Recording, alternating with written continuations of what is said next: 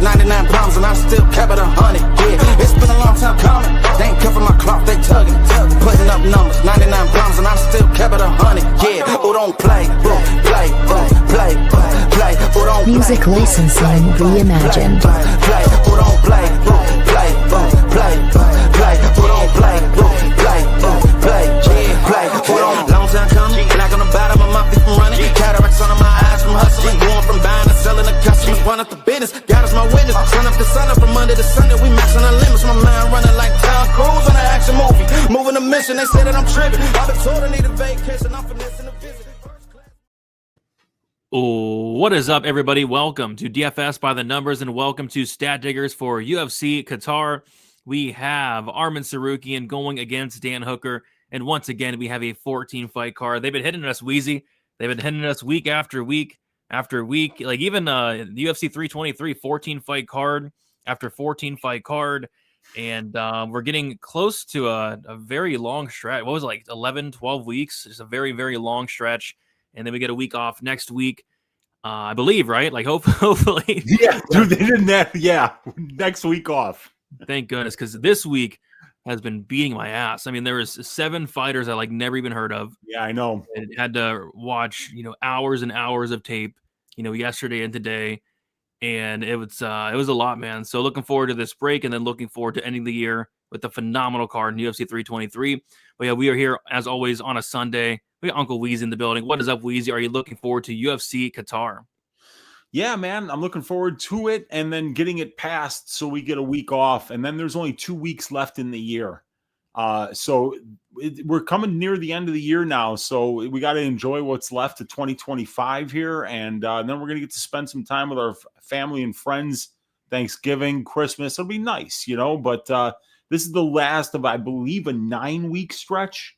Long. It's a long stretch. And then, like you said, dude, it's not just 12 fight cards or 11 fight. I mean, every fucking card's got 14 fights on it, So from a content creator perspective, it's been a grind for these last 9 weeks. So really looking to finish strong, go into that week off and nearly the year end on a winning week, hopefully. And I've already seen some spots that are kind of sticking out. I've already got one bet. So yeah, looking forward to chopping it up. Yep, me as well. Before we get into, if you guys could do us a favor, like the video, subscribe to the channel. We go live every Sunday, 10:15 Eastern time, not a second late. I know we have a game going on. I think the Cowboys, the Raiders, which the game sucks. It's a blowout. So we got that going on. And we have a special announcement to make. And let me pull it up here. We are looking for a sponsor. We're looking for a sponsor. Sponsor us. Somebody. We'll shout out your stuff. Somebody, please sponsor the show for the love of God. What the hell, man? We're always showing up for free, So yeah, we would love that, And we've not like this show doesn't get a ton of reach and a ton of views. Yeah. So we're looking for a sponsor. Hit us up. You could be the official sponsor of Stat Diggers. I mean, that would be huge. For a lot of people, that's a life goal, you would think. My wife just texted me and told me to shout her out. Okay. Shout out to my wife's website, herbalmakings.com. There you go. That's the official sponsor for today is my wife's website. Go check it out. Use that code to get 10% off your entire order. There you go. All right. So I say we get into a recap of UFC 322. And I don't know. I hyped the card up, pretty big. And to be fair, some of the prelims were, that Malcolm Wellmaker fight was probably one of the best fights of the night, I thought. Yeah. Fight of the night, which they didn't get fight of the night, but, that was fight of the night there. And then, but I thought the prelims were hit or miss. And then the main card started. And it's like, man, this card's going to be legendary. The Dariush fight. Before that, the Bo Nickel head kick. But yeah, the Dariush fight, which was fireworks for 15 seconds. The Prochas knockout. The Mike Morales knockout. It's like, this is looking to be, the best card of the year. And then Valentina Zhang Weili. It was brutal. I was having it was the longest day ever. You had to wait till 6 o'clock for the pay-per-view to start. And then you sit through 30 minutes of that. And then to make matters worse, they interview Valentina, right? And it's the longest interview in UFC history. I'm like, Valentina, I get it, but wrap it the hell up. I want to watch the main event. And they just keep on interviewing Valentina. Oh, shout out to this, shout out to that, shout out to this. Like, shut up. It was literally like an 8-minute interview. And then to make matters worse, they give the mic to Zhang Weili, someone who just got her ass whooped from pillar to post for 25 minutes. Like, why are you interviewing Zhang Weili? In that interview, Weezy, took over 5 minutes. I'm sitting there like, what the actual hell is going on? Why are we interviewing these chicks for 15 to 20 minutes? I was like, I almost smashed my TV. I was so pissed off having to sit through that shit fight and then had to sit through 20 minutes of shit interviews that nobody gives a damn about. I can almost guarantee nobody gives a damn about those interviews. So there was that. And then the JDM Islam fight was just as bad. I mean, Valentina landed, I believe Zhang Weili, Weezy, landed more significant strikes than Islam Makhachev. Zhang Weili landed more significant strikes than Islam. Wow. Think about that. Wow. We're talking about the co-main event being bad. How about the main event? I mean, that was bad. That was horrible. So, I mean, the card was shaping up to be an instant classic, best card of the year.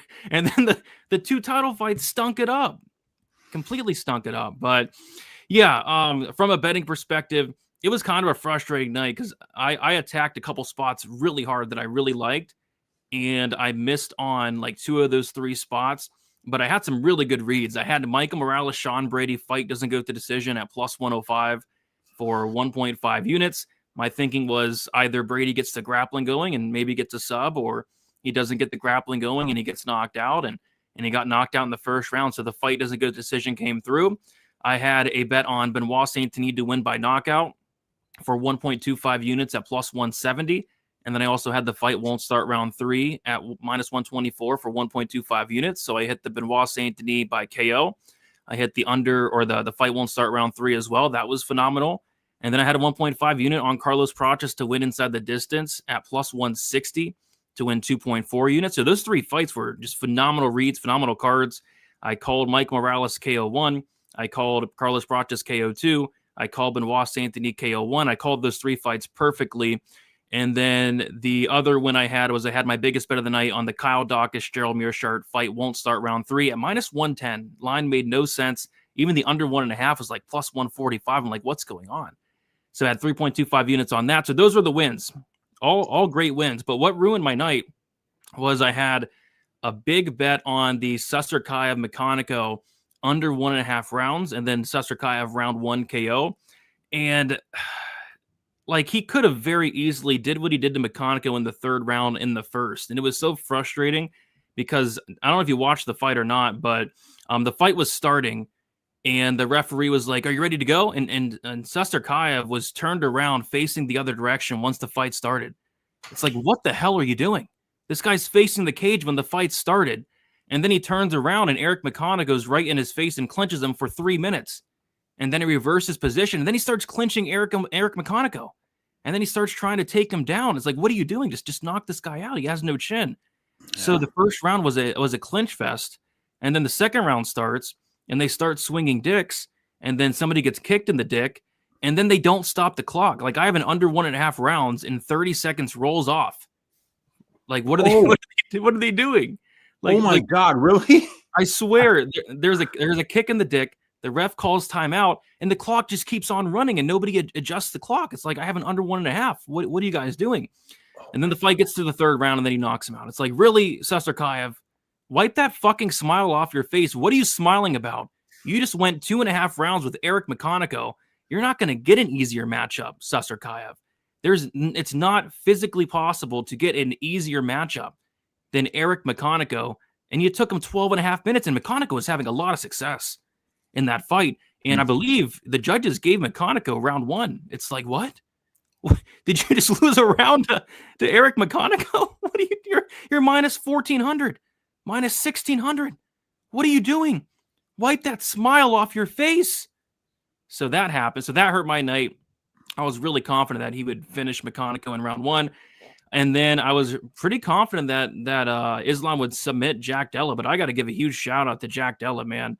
I mean, Jack Della, phenomenal submission defense.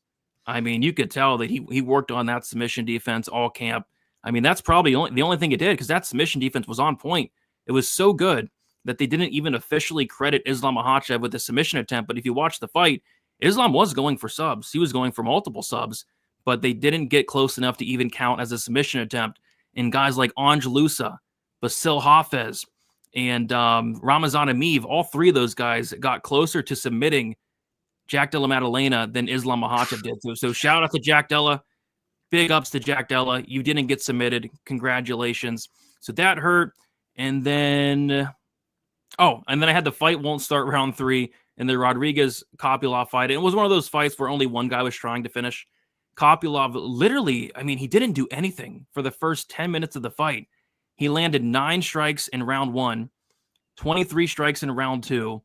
He just didn't do anything. He didn't start fighting until like the over 1.5 rounds hit. And then once that over hit, then he started to fight a little bit. Looked good in the 3rd round, but it was too little too late. So yeah, horrible performance from Kopylov. He literally looks scared. And I get it. It's Rodriguez, but holy crap, like you're in a fight. Go fight this guy.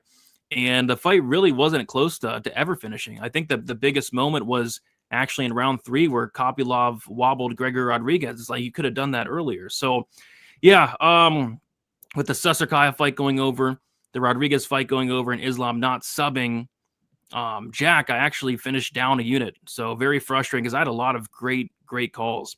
Weezy, what are your thoughts on UFC 322 2 nights ago?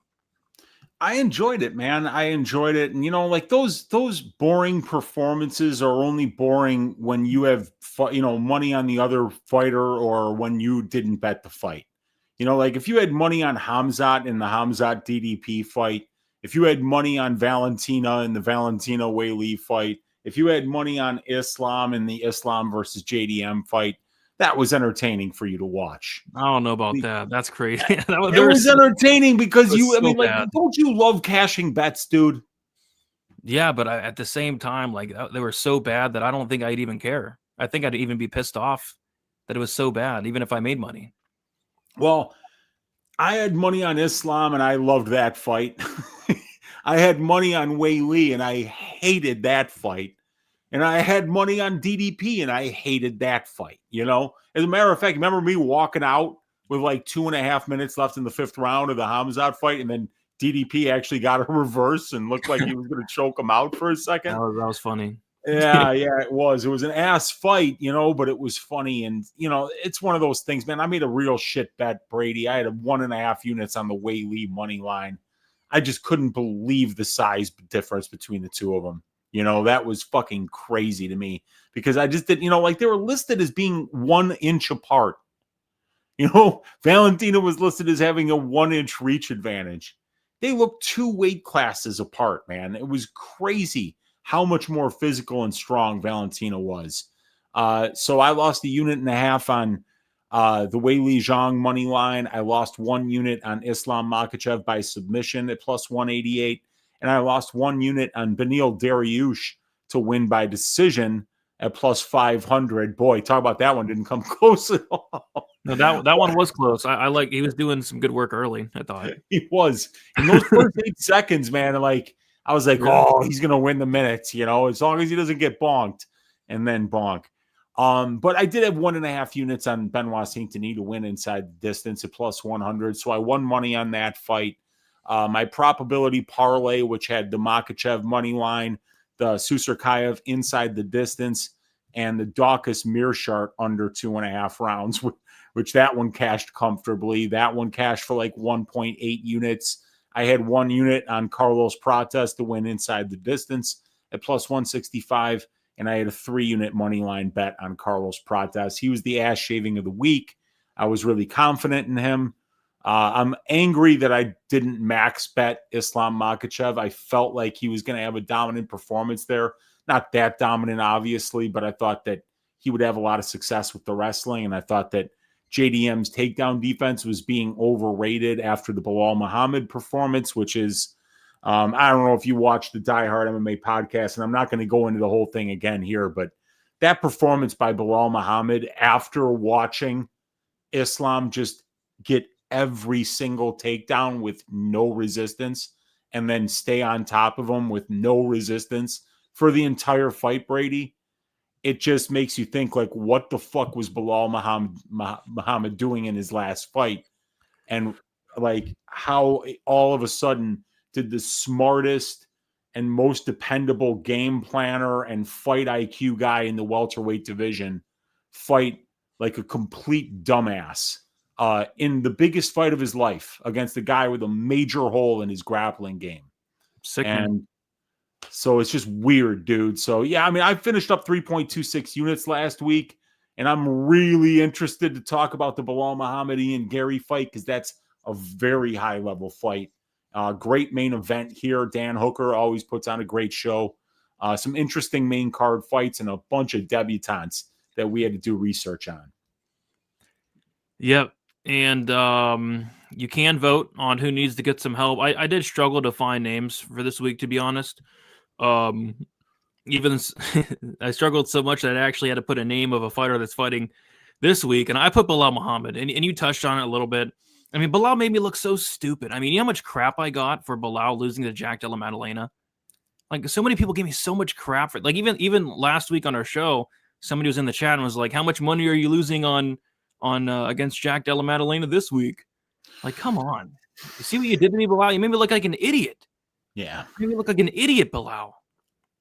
It wasn't my fault I got the pick wrong. It was your fault, Bilal. It was your fault. Canelo hands.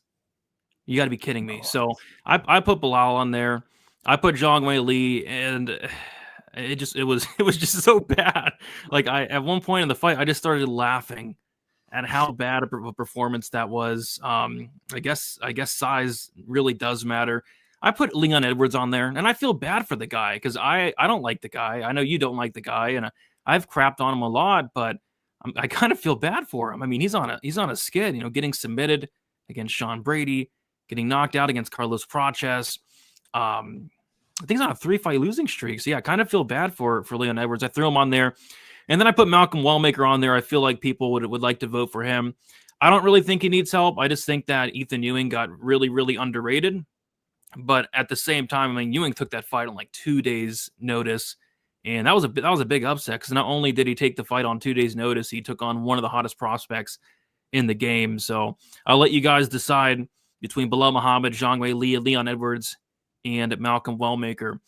And then last week, we'll touch on our milking, piping, and parlay. So the parlay, the first leg was Gerald Meerschaert, Kyle Dawkins, fight doesn't go to decision. I think it was like minus 240. And I messaged you earlier in the week. I was like, dude, what do you think this line should be for the fight doesn't go to decision? And you said something crazy. You're like minus 550, minus 600. And it was like minus 220. It's like, what's going on? Yeah. What's going on with this Meerschaert Dawkins line? Like that should be a max bet. So we put that in the parlay. And then the other leg was Rodolfo Vieira, Bo Nickel over 2.5 rounds. Oh, you got to be kidding me. Yeah, I mean, every time we do an over, it doesn't matter what fight it is, it always finishes, I feel like. It's like it's cursed. Yeah, I mean, that one missed by 6 seconds, right? Because of a pro cop head kick from Bo Nickel, of all people. Just cruising over. And then boom. Wow. Headshot. Dead. Crazy. So the parlay crashed and burned by, you guessed it, 6 seconds. The on-site piping of the week. Kyle Dawkins to pipe GM3 on site this Saturday, and yeah, he did. Yeah, he did. But man, Dawkins was trolling out there, though. He told everybody, oh, it's the KO1, and then everybody's on the KO1, and then he drops Meerschaert, and instead of following up with punches, what does he do? He chokes him out, and him and his buddies cash that sub-1. What are you doing, Kyle Dawkins? What are you doing? Just knock him out. I mean, that KO1 was like plus 500. I mean, people have that KO1 at plus. If I bet the KO1, my fist would be through a wall. All he had to do was land a couple follow-up shots, but no, he grabbed the Darce and choked him out, and him and his buddies are eating good, cashing that sub-1 ticket. Shout out to Kyle Dawkins. And then shout out to the milking of the week. And it was exactly what we want to see a milking do. Islam Makhachev to milk JDM this Saturday, Of course, would have liked to see a submission at some point, but like I said, Jack, his submission defense was on point. Didn't really take any chance whatsoever in terms of getting back up. Was content to, moral victory, lose a decision, and not get finished over the course of 25 minutes and get controlled for 20 minutes. Shout out to JDM for that. But yeah, shout out to Makhachev for milking JDM. He milked him. Absolutely. Yeah, that was easy, man. It was easy for him, I mean, he shouldn't have been able to make it look that easy. Valentina shouldn't have been able to make it look that easy. And a great bounce back performance by Bo Nickel, who got shit on by the entire UFC community almost after that last loss against a tough opponent in DeRitter. Great bounce back, performance against a tough opponent in Vieira. Yeah, I was very impressed. I didn't have any action on the fight. I think like you, we both had our finger over the trigger of the over. Yeah. And thank goodness we both stayed off of it. But I was not expecting that. Certainly wasn't expecting that. Bo showed some urgency. Like, if he fought that way in the Paul Craig fight, he might have killed Paul Craig. He truly might have killed Paul. If he fought like that against Craig, Craig might not be here right now. Yeah. Yeah, man. It was a phenomenal performance by Bo Nickel. All right, let's get into the chat. What is up, everybody? Hopefully you guys are enjoying your Monday. We got Dixon Sider, first one in the building, saying, Brady and Ruiz, you'll never guess who I ran into at the McDonald's drive-thru tonight when I went to get the 20-piece McNugget. It was Malcolm Wellmaker. That's where he belongs, putting together McChickens. That's messed up, man. Come on. Wellmaker will be back. He'll be back. And people got to cut him slack because it's so hard to take another opponent on 48 hours notice. You weren't preparing for this guy. And it's stupid. That shouldn't even be a thing. Yeah, it shouldn't even be a thing. And, it was a really tricky stylistic matchup. And Wellmaker landed that right hook early in the first round, and it looked like he had him in big trouble. It looked like maybe that thing was about a quarter inch away from doing the same thing that it did to everybody else that he landed it against. So let's let up on Malcolm Wellmaker to take a fight on 48 hours notice against somebody that you've never even seen fight probably. That could happen to anybody. Yeah, losing to Ethan Ewing wasn't the thing that I didn't like. What I didn't like is just stupid to do that. It's stupid to accept that fight. And I told you that both these guys have the same manager. Like, what sense does that make? Why is the manager doing that to Wellmaker? Like, you have a guy with so much hype, and they're going to give him Ethan Ewing. Just made absolutely no sense to me that they would fight each other. But yeah, Wellmaker got paid, but he also lost a ton of height. Like, people are crapping on the guy big time. So, but a new star is born in Ethan Ewing, I suppose. So yeah. Look at that picture. What the?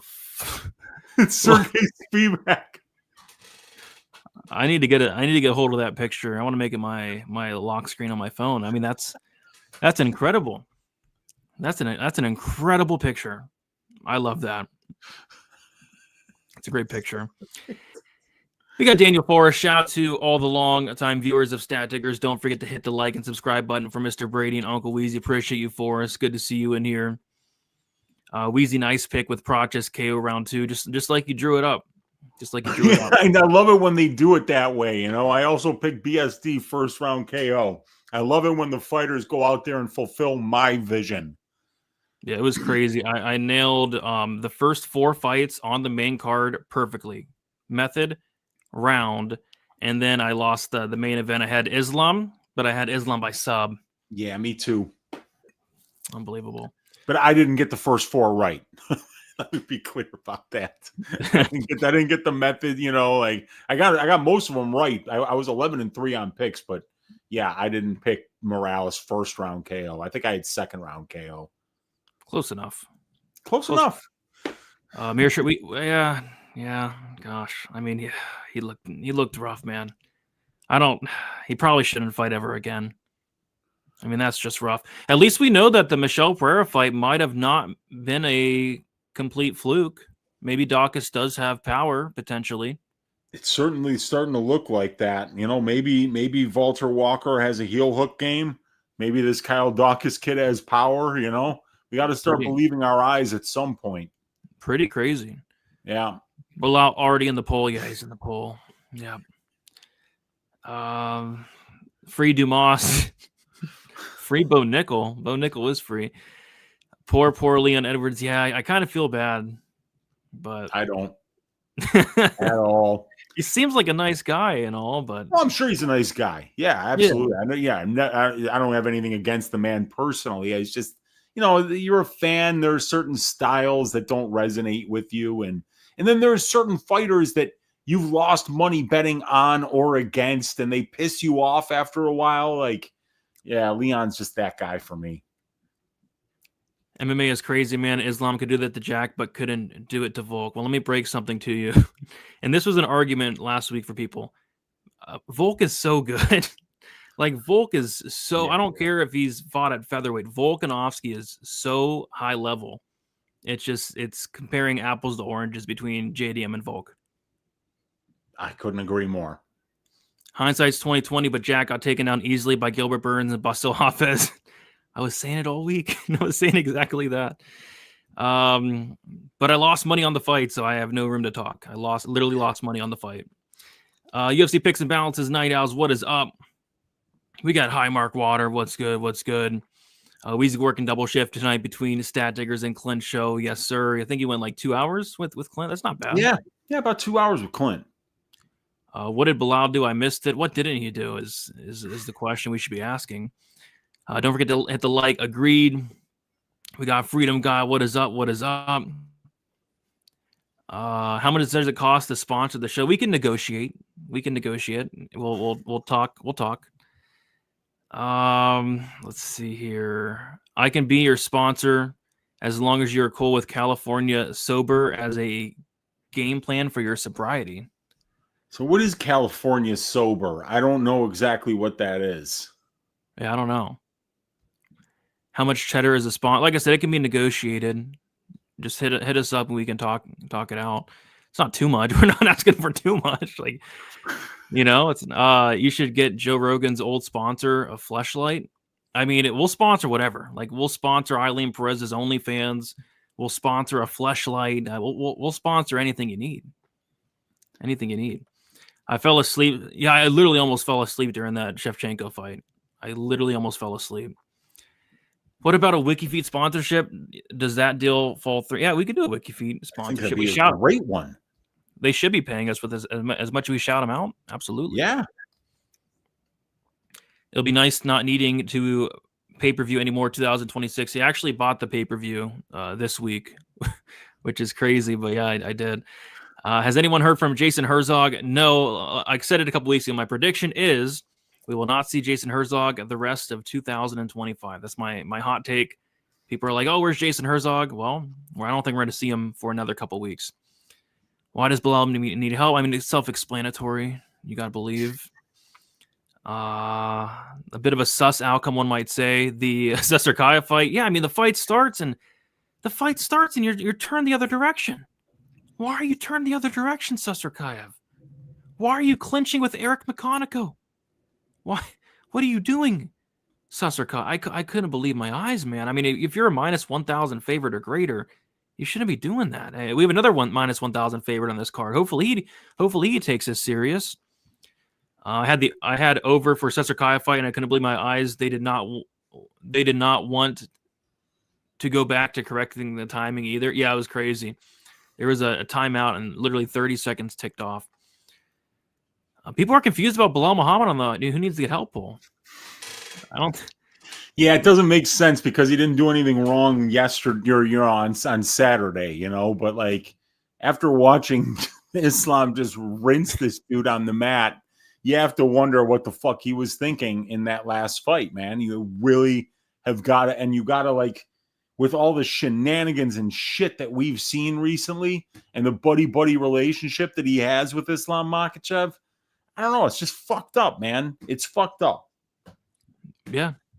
We got Dravi in the building. What is up, Dravi? If Zhang wants to be double champ, she needs to go down to Adam Wayne. Yeah. I mean, she'd be a killer at Adam Wayne. Absolutely. Benoit Saint Denis KO1 was so free. It was a KO. It was going to happen early. That was sharp, man. I was on the KO at plus 170, but yeah, that KO1 plus 500 is crazy. Thank you, Docs, for cashing my fight in sub plus 210. Thought for sure it'd be a KO when he dropped Mearshart. Yeah, I thought so too. Wellmaker needs a lot of help. We got Dana Force saying 100 likes and Brady sings Celine and we get Uncle Weezy's story time. I don't know about that. Maybe 150 likes. I think that'd be more fair for something like that. We need at least 150 likes. Other candidates for who needs to get help: Sean Brady. That was rough, as I'm a big fan, and Dylan. Yeah, we know Dylan Danis needs help though. But yeah, Sean Brady, that kind of stinks. Yeah, even though I was picking against him, it kind of stinks to see that happen to Sean Brady. I'm a big fan of him as well. Sister Kai needs help too. Agreed. Brady, remember what that tweet Dawkins sent out about knocking Gerald's block off, but then goes out to submit GM3? I think the FBI is or should be going to pay him a visit. Hey, I think so too. You could have just knocked him out. You remember what I said last week? I can't believe that Dawkins' sub prop is cheaper than his KO prop. Yeah. Crazy, man. Because and then that's exactly why I played Benoit Saint Denis to win inside the distance instead of KO. It's the same thing with Protas. So I'm like, at this point, like something, you play that KO prop, and then what happens in the Dawkins fight happens, and you want to put your head in the oven, man. So like the club and sub is always such a live outcome, and if you're betting for the sub, the ground and pound is always such a live outcome. So like these days I'm trying to play a little bit safer and make sure I don't leave, sub off the table when I think it's just going to be a KO. Yeah. That was, and all he had to do was land a follow-up shot or two. And I know, dude. I was kind of like covering up. He was out of there, dude. He was completely out of there. Just grabbed the neck. Oh, I thought that was funny. We got Nicholas. Nicholas reposted the stream. Appreciate Nicholas. If you guys are watching on X, don't be afraid to repost the stream. It does help spread the word. Wallmaker needs the most help with an attitude change. Acted like the win was a done deal. Yeah, he had a lot of confidence, and rightfully so. But and I would have liked to see how the Haddon fight would have played out too. I was really looking forward to that Haddon fight. We got Cole Stein. Shout out Stat Digger. Shout out to Cole Stein.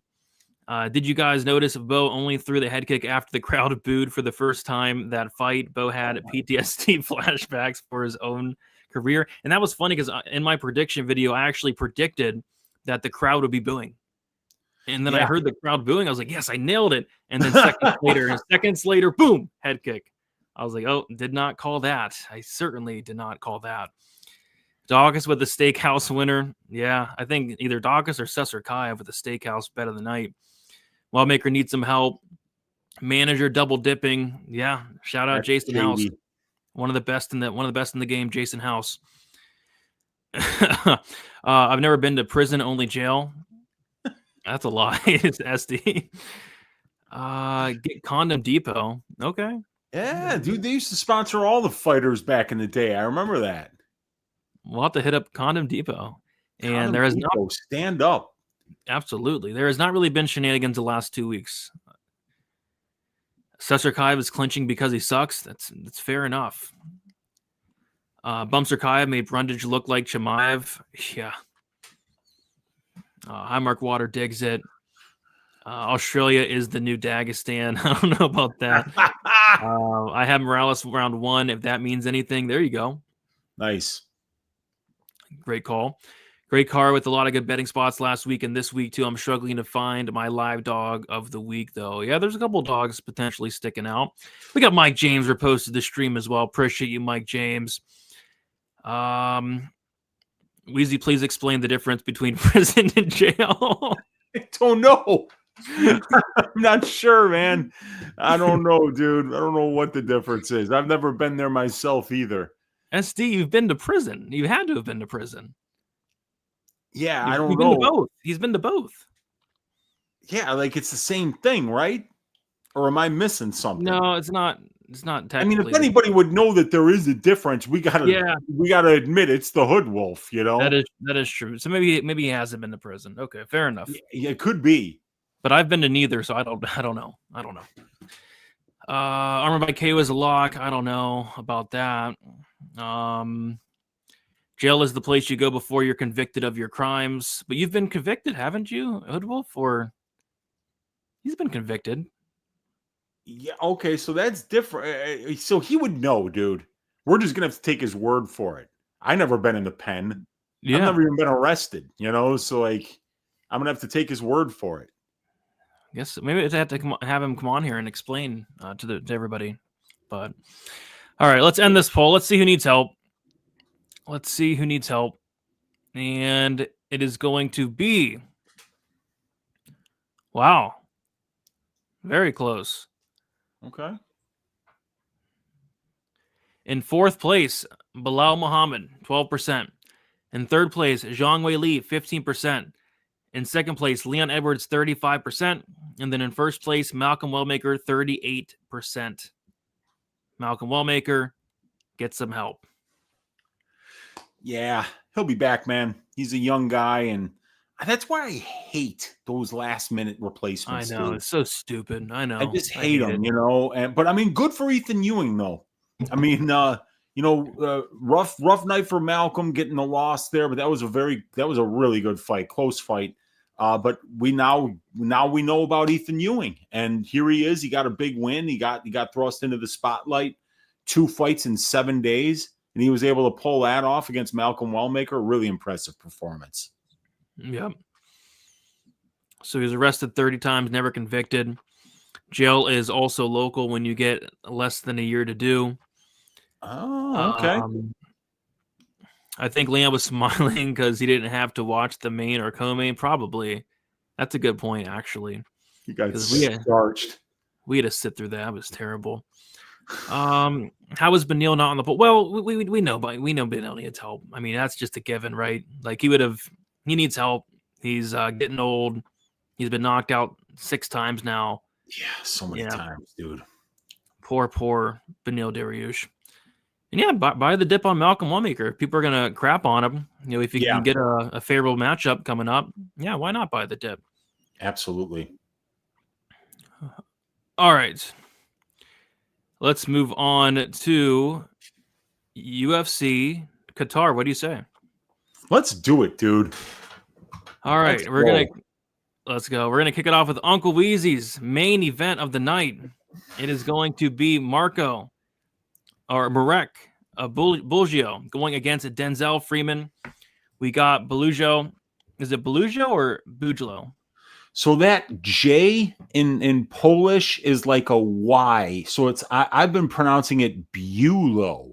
Oh gosh. But I'm not dude, these Polish names are really tricky to pronounce. So I'm just guessing, and I'm saying Bulo, but it's a guess. Bulo sounds good to me.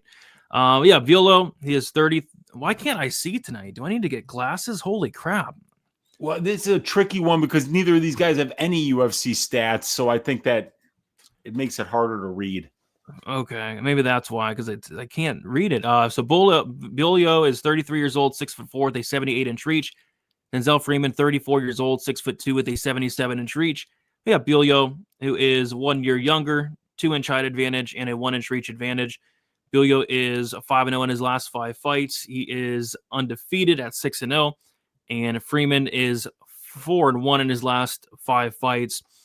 And yeah, very interesting fight here. And I find it funny because Contender Series ended a couple weeks ago, but this feels like a Contender Series fight to me. It feels exactly like a Contender Series fight where there's not a ton of footage out there of Bulio. There's literally only 2 fights you're able to watch, and those fights combined for like 2 minutes. And what I will say is this guy it didn't look like a heavyweight to me. He is a heavyweight. He's 6'4", but he looks to be in like really good shape. He's a BJJ black belt. Yeah, he's taking these guys down, either pounding him out or finding the submission. But we haven't seen him really past even a couple minutes. I haven't seen any striking whatsoever at all, and he really hasn't fought the best competition. So Bulio is just a big question mark to me. Is this guy good? Is this guy legit? I don't know. Maybe he is, maybe he isn't. But from what I've seen, he does look decent. As far as Denzel Freeman, we have a lot more footage on him, and he's fought some really good guys. He fought Hugo Cunha, who fought on the Contender Series and got finished. And then he fought Steven Asplin, who Asplin fought on this season of Contender Series, got a finish. And we'll be seeing Steven Asplin in the UFC. And he looked really good in those fights. The fight before that, I thought he kind of looked a little rough, very low volume. But in the Cunha fight, in the Asplin fight, thought he looked really good. This guy has a wrestling background. You got to imagine he's going to have the striking advantage here. You got to imagine he's going to have the cardio advantage here. You got to imagine where he does have, a massive strength of schedule advantage here. So yeah, I think, Freeman as the favorite made sense, but this line is interesting because Freeman opened up at plus 160 and he's currently minus 150. So this line opened up as a big, decent sized dog, plus 160, and completely flipped and is now minus 150 in favor of Denzel Freeman. So I definitely have to lean the Freeman side here. If we just know much more about him, if this fight gets extended, you've got to favor him. And if he's able to stuff these takedowns, it could be a pretty quick night here against Marek Bulo. So Weezy, what are your thoughts on this one? Yeah, I mean, I like Freeman quite a bit in this spot here. He's, Bulow is 2 inches taller, 1 inch reach advantage, but Freeman's a southpaw, and he's got the way better resume as a professional. 54 minutes of professional cage time over 7 fights for Denzel Freeman. 6.7 minutes of professional cage time for Marek Bulow over 5 fights. And against who? Igor Krakowski, ever hear of him? Oh, no. Blase Nagorski, Tomas Kolkun, Michael Douglas, great actor, but he's like 80 years old. I could kick Michael Douglas's ass 9 ways from Sunday. Hey, put some respect on Douglas. No, he's a great actor. Nobody's saying he's not a great actor, Brady. Okay. Kirk Douglas, another great actor. He's long dead too. I think Michael Douglas might be dead now. If he's not, he's close. And then we got Gurami Zviadadze from Georgia, I'm guessing. So yeah, he's fought nobodies. And what we know about Denzel Freeman is that he's got actually decent striking in the cage. He's shown good cardio. He's gone three full rounds that I've seen. He's faced a much better level of competition. And this is a grappler versus grappler matchup. All I've seen from Bulow is either from his Tapology profile, from the tape I've watched, is takedowns and either submissions or ground and pound finishes. But we don't know what Marek Bulow's wrestling pedigree is like.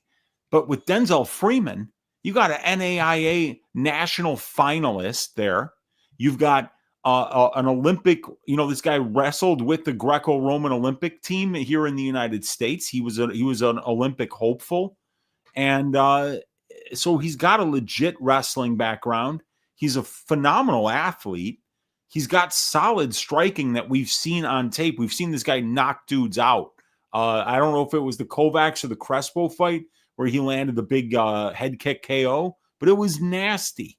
And even a guy like Hugo Cunha, the last guy that he beat in LFA to get the LFA heavyweight championship of the world, Hugo Cunha is a Brazilian national wrestling champion and a Brazilian jiu-jitsu black belt who's a lot bigger than what I've seen Bulow look like on tape too. And he was able to out-wrestle that guy. So what's Bulow's path to victory? This guy's got no striking that we've ever seen on tape. He doesn't have great wrestling, while Freeman really has a legit high-level wrestling background. And I mean, like this, we've never seen Marek Bulow go past. His average fight time is 1.3 minutes, and there's only been cameras at 2 of his fights. So I mean, like the amount of red flags on the Bulow side, maybe there's something that I don't know about him, because when you watch tape on somebody and all the commentary is in Polish, there's no way to know, like they could be saying things about him that you're missing, that he might be higher level than we're led to believe. But from what I'm seeing, I just don't see how this fucking guy got a contract. It's like the same thing with Cerquera. It's the same thing with Max Jimenez. It's the same thing with some of these fighters where you're like, how the fuck do you get a UFC contract by not going through Tough, by not going through the Contender Series, and there's very little footage of you fighting anybody with a pulse anywhere in the world. So, yeah, I think Denzel Freeman's going to shave this guy's ass, but he's got to make a long trip to Qatar to do it and make his UFC debut in an unfamiliar place. So it's going to be tricky, but I think he's got way more ways to win this fight. Yep. I would tend to agree. Like if Bulow wins, it's probably him, getting a takedown, getting to the back and getting like a quick finish, quick submission. But if not, then he's probably going to get served violently. Yeah, Freeman opened up plus 160, currently minus 150. The over under set at 1.5, the over 1.5 plus 130, the under 1.5 minus 150. I like the under. Like, if this was on the Contender Series, we would be having to lay like minus 300 on the under. I mean, this guy Biolio's never seen the second round. I don't think he's even seen half a round, has he? I don't think so, man. I mean, 6.7 minutes is the entire length of his career. Yeah. So I like the under quite a bit. That opened up at minus 110. That's now minus 150. So, yeah, I think somebody's probably getting served here, and I think Freeman should be doing the serving. All right.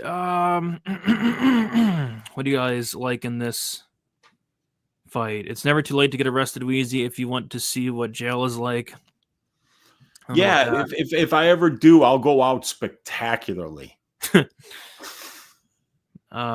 Yeah, we got Jason Herzog in the building. What's up, guys? Herzog here. Wondering why I wasn't asked to ref the fights on Saturday. You know why? Thought I was doing so well with my move fighters. Been practicing a lot in the mirror. Shout out to Jason Herzog. Hopefully we see you back in there soon. That wheelie fight was so bad it ruined Brady's eyesight. I think it might have been. Ian Gary decision plus Armin ITD plus Riley ITD. Grease it up. Sounds greasy to me. You're at the Snuff Film Festival, you sick bastard. You probably was.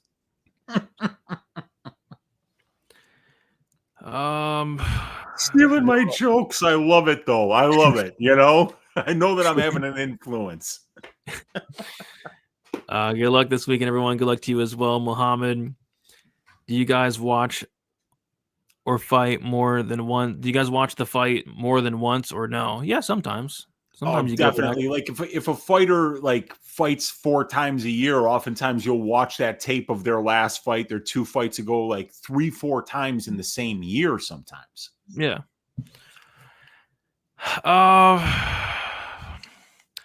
Brady, not sure if you knew this, but Qatar is a very corrupt place. The 2020 Soccer World Cup had no business taking place there, but someone paid for it, and FIFA concocted it. What does concocted it mean? It means to create something in kind of like a haphazard way, you know. Beware of Qatar judges and referees. Well, I'm beware of them every week, no matter where they're at, to be honest. So I'm definitely aware of them. We got MMA Tard in the building. What is up, MMA Tard? We got Matumbo Jeremias in the building. What is up? The return of Herzog. I hope not. You guys won't get the pronunciation right unless you Google Translate or something. Source, I'm Polish, and I see that kind of name for the first time. There it is.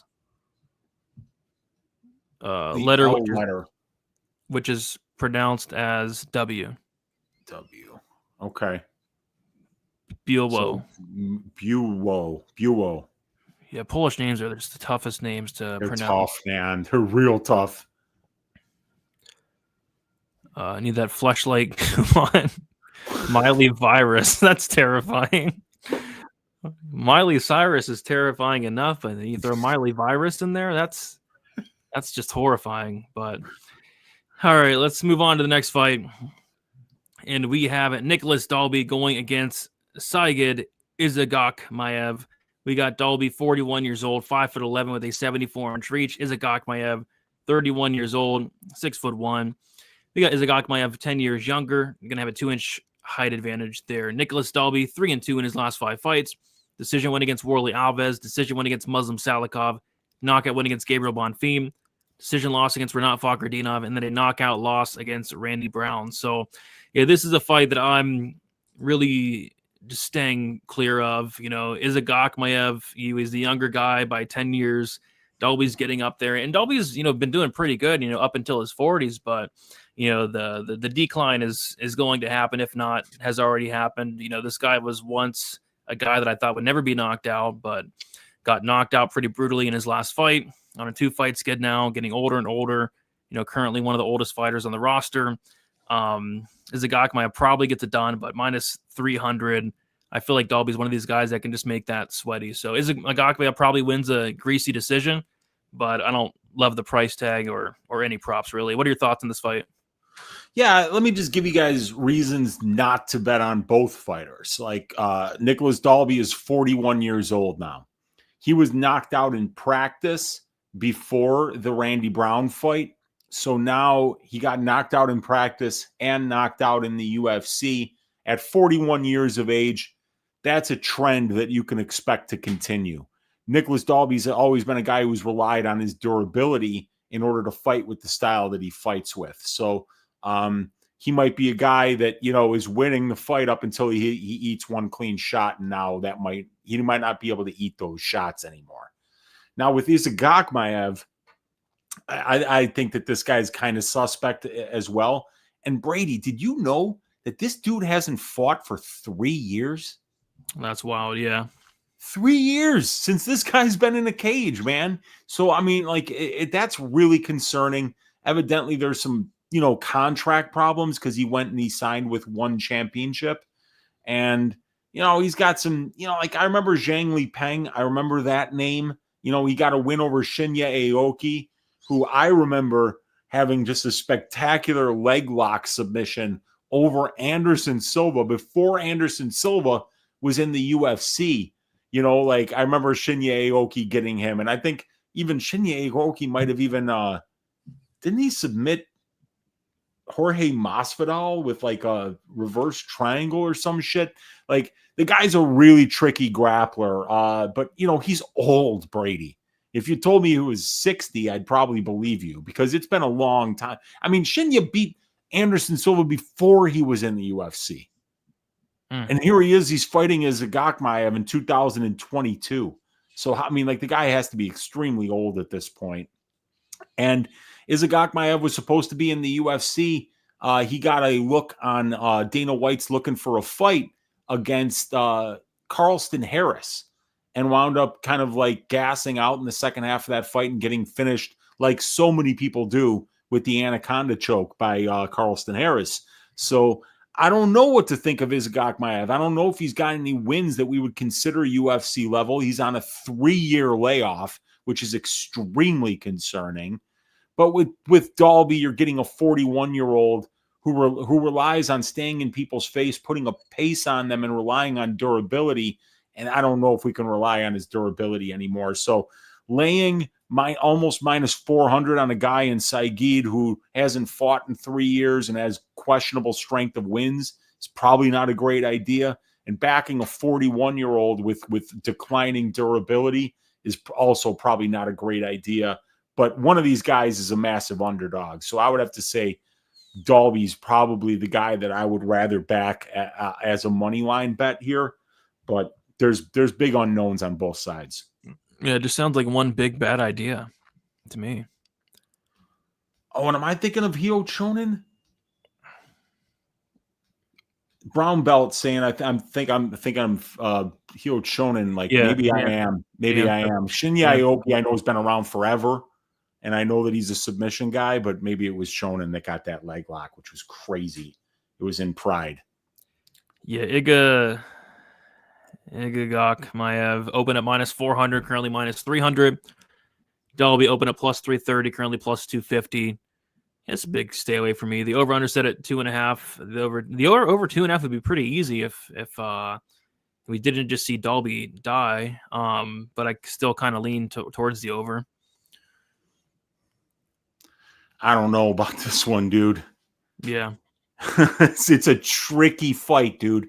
3-year layoff going up against a 41-year-old fighter. Yeah, no reason to get involved.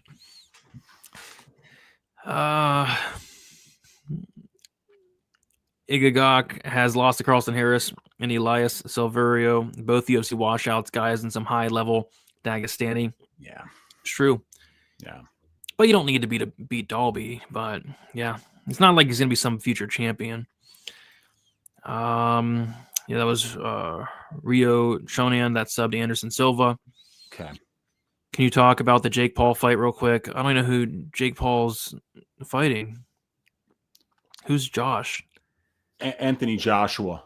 Oh, really? Yeah, he's fighting a real fighter, but I mean, I just, I kind of feel like there's a really good chance that Jake Paul might fucking hand him a pile of money and be like, how much is it going to cost to take a dive? Wonder how I missed that. That announcement. Russian guy is a lock for what can go wrong parlay. Yeah, what can go wrong, man? I don't know. I can already hear Nick. He has some heavy breathing, dude. Some of the heaviest breathing you'll hear. This fight is sketchier than Brady's graphics guy. You got that right. my graphics guy is sketchy. Absolutely. All right. Let's move on to the next fight. It is Nurulio Aliyev going against Shamrock. We got Aliyev, who is 24 years old, 5'10", with a 72-inch reach. Shamrock, 32 years old, 6 foot. We got Aliyev, who is 8 years younger, and is going to be Shamrock with a 2-inch height advantage. Aliyev is 5-0 in his last 5 fights. Made his debut against Rafael Alves, won that fight by decision. Had a knockout win on the Contender Series against Josh Wick, and then beat Joe Selecki by decision earlier this year, I believe. As far as Shamrock, he is 4-0-1 draw in his last 5 fights, making his debut here. One of the many fighters on this card making his debut. So, yeah, I mean, Aliyev is a guy that he's very good. I mean, he's only 24 years old, and he is elite at crotch sniffing. This guy is probably one of the biggest crotch sniffers in UFC history, I think. Like, this guy has a finish rate of a strawweight. This guy has a 20% finish rate. He's not looking to finish you. He's looking to take you down. He's looking to sniff your crotch and do that for as long as humanly possible. And yeah, I think he's going to have a good chance to do that here against Shamrock, who can be taken down, who is a really good grappler, who is content to kind of throw up submissions. So Aliyev's going to have to, fight off some submissions. His cardio is going to have to hold up.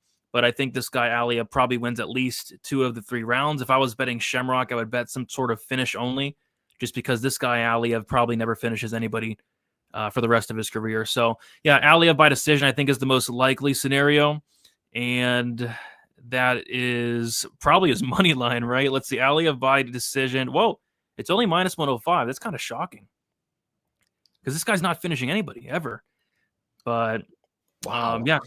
Yeah, I know. His money line's minus 265. His decision props minus 105. Like, this guy's not finishing anybody. So, yeah, I think Aliyev by decision. But if you like the Shamrock side, maybe like a finish prop. So, yeah, this fight kind of stinks. What are your thoughts on this one, Weezy? Yeah, I think Aliyev's got pretty good ground and pound. But other than that, yeah, I mean, like, he's just elite at winning minutes because he's got good wrestling.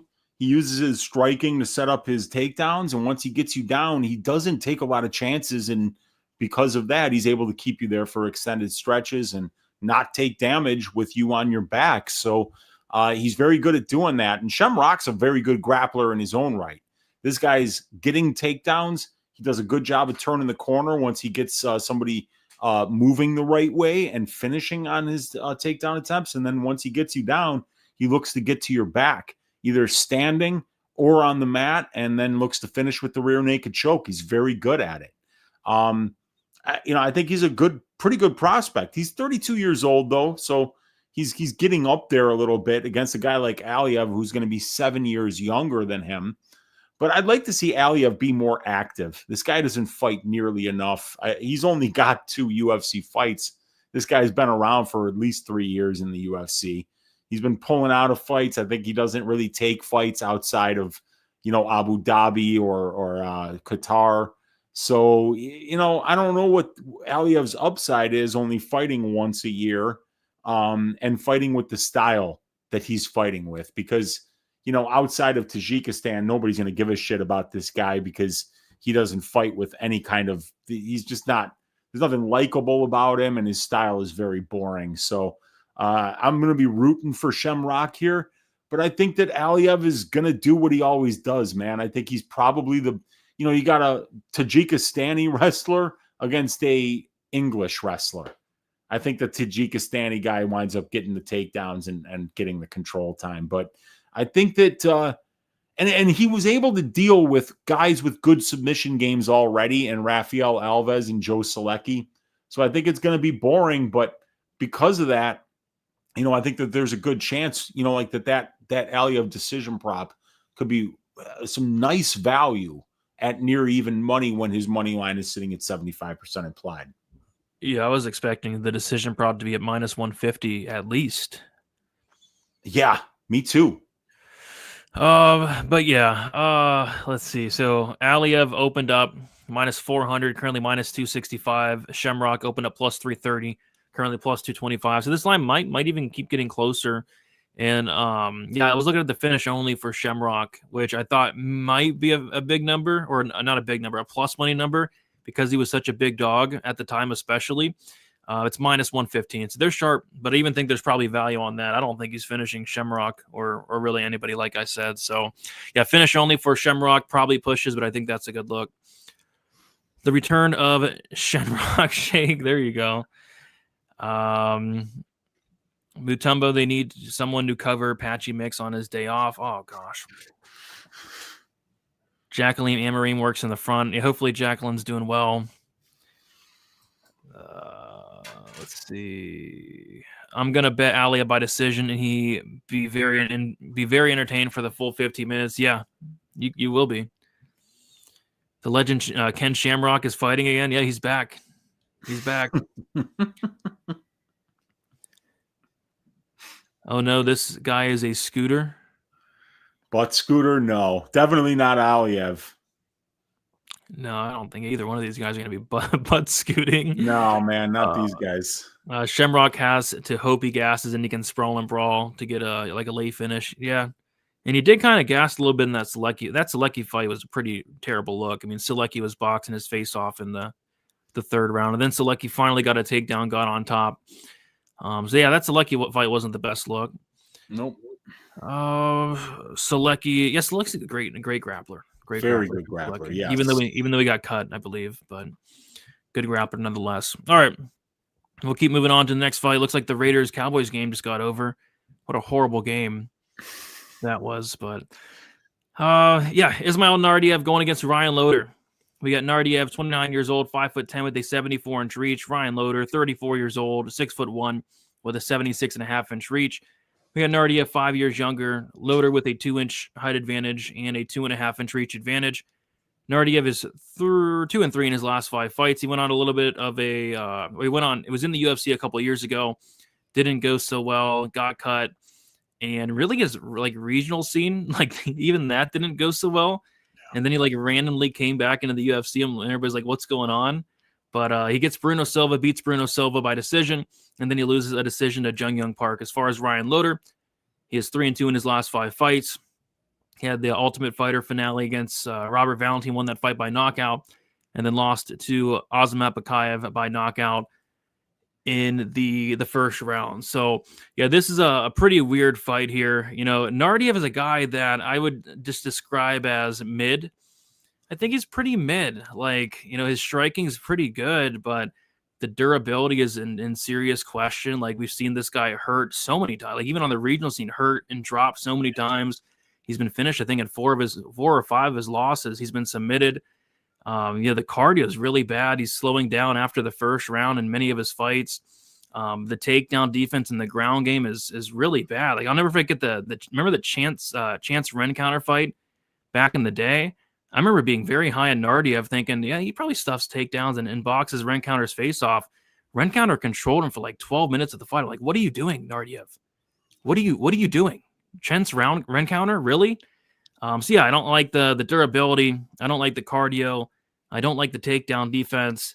I don't really like much of Nardiev's game, to be honest. Yeah, but the striking early on, it is sharp and it is pretty good. So maybe he can, knock out Loder early, but Loder has a good chin. I know Loder just got knocked out against Bokai, but you go back and watch that fight. I mean, he took 8 fight-ending shots to the face prior to finally getting knocked out. I mean, some of the shots that Bokai was landing on Loder were pretty crazy. So, yeah, I kind of how I see this fight playing out is, Nardiev probably has some success early, looks good in the stand-up. He's the much better striker, but I mean, if Loder gets on top of Nardiev, that's probably the round, if not the fight. Loder's grounded pounds, vicious, has a submission game as well.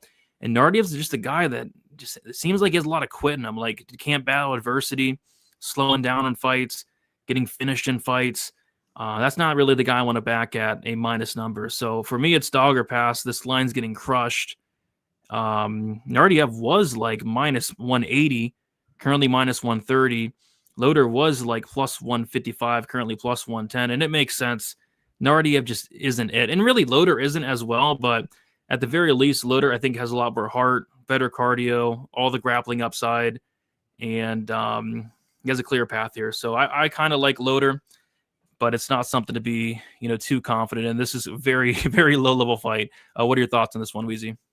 Yeah, I mean, Loader's got just good wrestling, and he's got a lot less miles on the engine. Ismail is only 29 years old, but this guy's got 32 professional fights. He's fought in the UFC 6 different times. So he's been to decision in all 6 of those UFC fights, man, which is wild. So yeah, I think it's interesting that this guy is back, because remember the regional scene shit between UFC appearances was not good. Oh, so bad. Like, not only was he losing, he's getting finished by these guys. I remember the Marcin Bandel fight, or I forget whether it was, I think it was the Bandel fight. Like, Bandel's got no striking, and Bandel drops his ass and then subs him on the ground. Like, and it's like, oh my God, you're getting dropped by that guy, a Polish grappler? It's not a good look. And a guy like Loader, like you said, man, I mean, he may not have great striking. He may look really awkward on the feet, but if this guy gets on top of you, you're fucked. And he's not going to quit either. The guy's got a ton of heart, and he's very durable. I don't think Nardiev cracks like Bukoyev does. Bukoyev looks like he's trying to throw a fastball when he throws that right hand. And, he's got much better wrestling, I think, than Ismail does too. So I think this is a better matchup for Ryan in terms of he's getting somebody that he could probably out wrestle. And when Loader is able to out wrestle you and get into top control, that's when he's going to do his best work. But the thing that's keeping me away from it is the fact that Loader's got to go all the way to Qatar for this fight. I mean, I know my girlfriend has had to work there a couple of different times. Dude, it's a horrible flight. Oh, it's a horrible flight, dude. Anywhere in the United States, you're going to Doha. Yeah, get ready for like a 20-hour trip, man. It's not, and then you're going to be in just this ridiculous fucking heat while you're there too. So it's a big adjustment for people that aren't used to being in that part of the world. It's a big culture shock. It's a big weather shock, and it's a big dryness shock being out there in the desert. It's completely different how your body kind of regulates itself in that kind of an environment. So there's a lot of things that can go wrong when you're an American making the long trip to Qatar, fighting against somebody who might be doing their camp in Morocco right now, or Abu Dhabi potentially in Nardiev. So yeah, I don't know, man. This is probably another one I'm just going to be staying far away from. Yep, there's a lot of fights like this that you just don't mind staying away from. Yeah, Nardiev opened up minus 155, currently minus 130. And Loader opened up plus 135, currently plus 110. So yeah, outside of travel, I guess I don't understand the line. The over-under set at 2.5 rounds. The over 2.5 plus 105. The under 2.5 is minus 125. Isn't everyone a peanut head guy talking about is Nardiev a Abdul Laziz guy? Abdul Aziz. I mean, I'm probably is. Yeah. Yeah, who knows? Feeling ends in split decision. Maybe. Yeah, maybe. I just feel like on the feet, it's going to be Nardiev. On the ground, it's going to be Loader. I kind of feel like whoever wins might be decisive. Like if Loader gets his wrestling going, I don't think it's going to be close. And if he doesn't, it's probably not close. But you never know. I might just bet OVs and EVs this week. Not sure. Their base is striking, though. Yeah, we have a EV here. We have a bunch of EVs on this card and OVs. But they're all like chalked, I think. All right. Let's move on to the next fight. It is right back, dude. All right. This is going to be Baksat Amakan going against Alexandre Topuria. We got Amakan, 28 years old, 5'7" with a 50 or a 68-inch reach. We got Topuria, 29 years old, 5'7" with a 68-inch reach. We got Amakan, 1 year younger, same height, same reach. Amakan, 4-1 in his last 5 fights, made his debut against Umar Nurmagomedov, lost that fight by decision, and then knocked out Bracatona in his next fight after that. As far as Alexandre Topuria, he won a decision in his debut against Colby Thickness.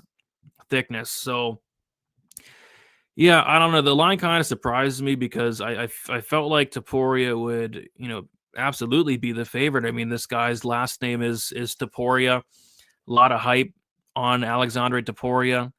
But I mean, he's not I mean, this fight is a pick'em, which I thought was pretty interesting. But I think the reason it's a pick'em is because Almacon's very good. Almacon's very good. He has a lot more experience than Topuria. I mean, the level of competition's night and day, and Almacon's pretty well-rounded, good striker, tons of power. He can also grapple as well. And I don't know, Topuria is still like a huge question mark to me. Like his debut really told me not much. Like he went out there against Colby Thickness, and he won the fight, but I kind of expected more. Like there were people saying, I think somebody was saying like Marab said that he's the better Topuria. Like people were saying he was the better Topuria, and it's like if you're the better Topuria, you finish Colby Thickness, and he just didn't. So people are sucking his dick after that performance against Thickness, and I thought it was kind of horrible. I mean, you look at the distance striking numbers, and it was like tit for tat. And of course, he was landing the bigger shots. Don't get me wrong, but I mean, how are you going tit for tat in the striking with Colby Thickness? It's like he didn't have any urgency in that fight. It was just a very slow-paced type fight. I don't know. I thought it was awful, but yeah, we'll see. I think we're going to learn a lot about Topuria. We're getting a much tougher match. I mean, Thickness took that fight, I think, on a week's notice, and Almacon's no Colby Thickness. So, yeah, interesting. The line really surprises me. I really thought Topuria would be the favorite, but we got about to pick him here. Weezy, what are your thoughts? Yeah, this is probably a fight that I'm not going to have any money on just because I don't even know what to think of Alexandre Topuria at this point. I was calling him a fake fighter before the Thickness fight, and I thought it was a fair assessment if you looked at his resume. Serious fighters don't take like 4 or 6 year breaks between fights. Serious fighters show up more than once a year to fight, and serious fighters take tough fights. If I think it takes a lot of fucking audacity when somebody like Marab Davalishvili is calling you the better Topuria brother, but you're accepting fights against guys that are 1-11. That doesn't make any fucking sense to me at all. And he proved that he can box and he can stuff takedowns and he can win minutes against Colby Thickness, who went out there and he got a win in his second UFC fight. So we don't want to underestimate what Alexandre did. We know that he's training with his brother and that his brother's probably one of the GOATs of the sport right now. So there could be some upside here, but Bekzat's a real fighter with 14 professional fights and 2 hours of cage time. He's taken fights against real fighters on the regional scene. He accepted a fight against Umar Nurmagomedov. So this guy, he's probably going to be around for a while. He's only 28 years old. He's 10-0 to the knockout. He's 1-1 to the sub, and he's been to the decision a couple of times with a 1-1 record there. So I think that Almacon is probably the guy who's proved a little bit more at this point. But we've still got, Topuria's, there's upside there. There's hype there. And we saw that he's technical and he does things the right way. We noticed that in the Thickness fight. So I think that we have more to find out about Topuria. And as he fights guys like Almacon and some of these other lower level UFC bantamweights right now, we'll get an idea of where he belongs in this division. Yeah. Let's see. So yeah, we have Topuria opened up. Topuria opened up -200, currently -102. Almacon opened up +170, currently -118 there. So money has came in on Almacon. Let's see. Free the Thickness. Yeah, I'm not a big Colby Thickness guy. I think he's horrible, but yep, he did beat Thickness there. Don't overthink this Topuria decision. Maybe. No, he's most definitely not the better Topuria. I don't know who's saying that. Well, I think Marab said that, and I think even Topuria was saying like he gets the better of him sometimes in the training, which is crazy. Topuria's brother is very low volume. Yeah, I hope he lets his hands go more this time around. That fight was so boring. Baksad's being overrated here. He's extremely one-dimensional. Well, he actually has grappled a lot outside the UFC, but hasn't really shown that yet. But he hasn't really had the opportunity to be fought Umar and he knocked out Katona. Why has Vexot taken so much time off? Did he pop for steroids and we just never got that information? Yeah, how long has he been out? No, only 6 months. How long has Topuria been out? Topuria's been out over 9 months. And then before that, it was, he usually only fights once every 12 to 18 months before that. Yeah. Ilya Topuria's brother reminds me of the relationship between Valentina Shevchenko and her bum sister. Topuria looked sharp but not aggressive. Might have just been at nerves, but definitely something to worry about. What I think it was is I think he was scared of gassing out and pushing a pace. Remember the one time we did see him push a pace, he got finished, but that was so long ago. So long ago, yeah. It's hard to think about that, because it was like literally 10 years ago. Told you, RoboCop by decision. Congratulations there. Topuria is lucky I'm not around anymore. Isaac Bulgarian.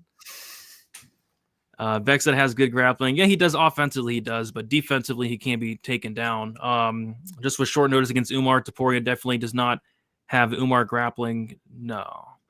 All right. Let's move on to the next fight.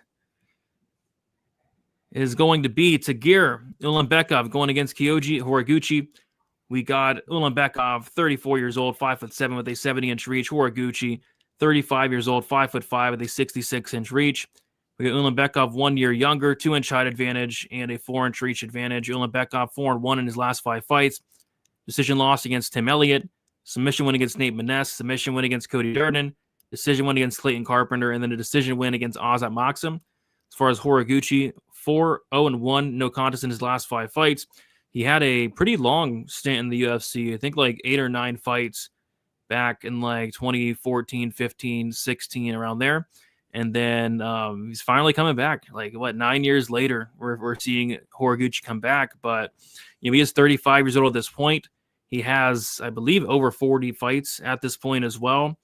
And I don't know, it's a weird matchup. Like, I always thought that Tagir was a very underrated fighter. Really good wrestling, grappling, submission game. Thought his striking was always underrated. Very big, long-rangey guy for the division. Thought his last fight was a pretty horrible look against Maksum, who I think Maksum got cut. I don't know. I don't know how to feel about this fight. Ulanbekov, I think, should be the guy being able to get takedowns, get on top here, get some control. But I just haven't been impressed with Ulanbekov lately. So what are your thoughts on this one, Weezy?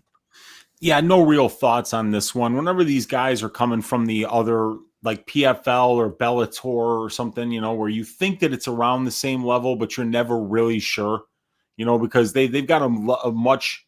You don't have a deep bench compared to the UFC. So you're going to get kind of matched up against the same guys over and over and over again.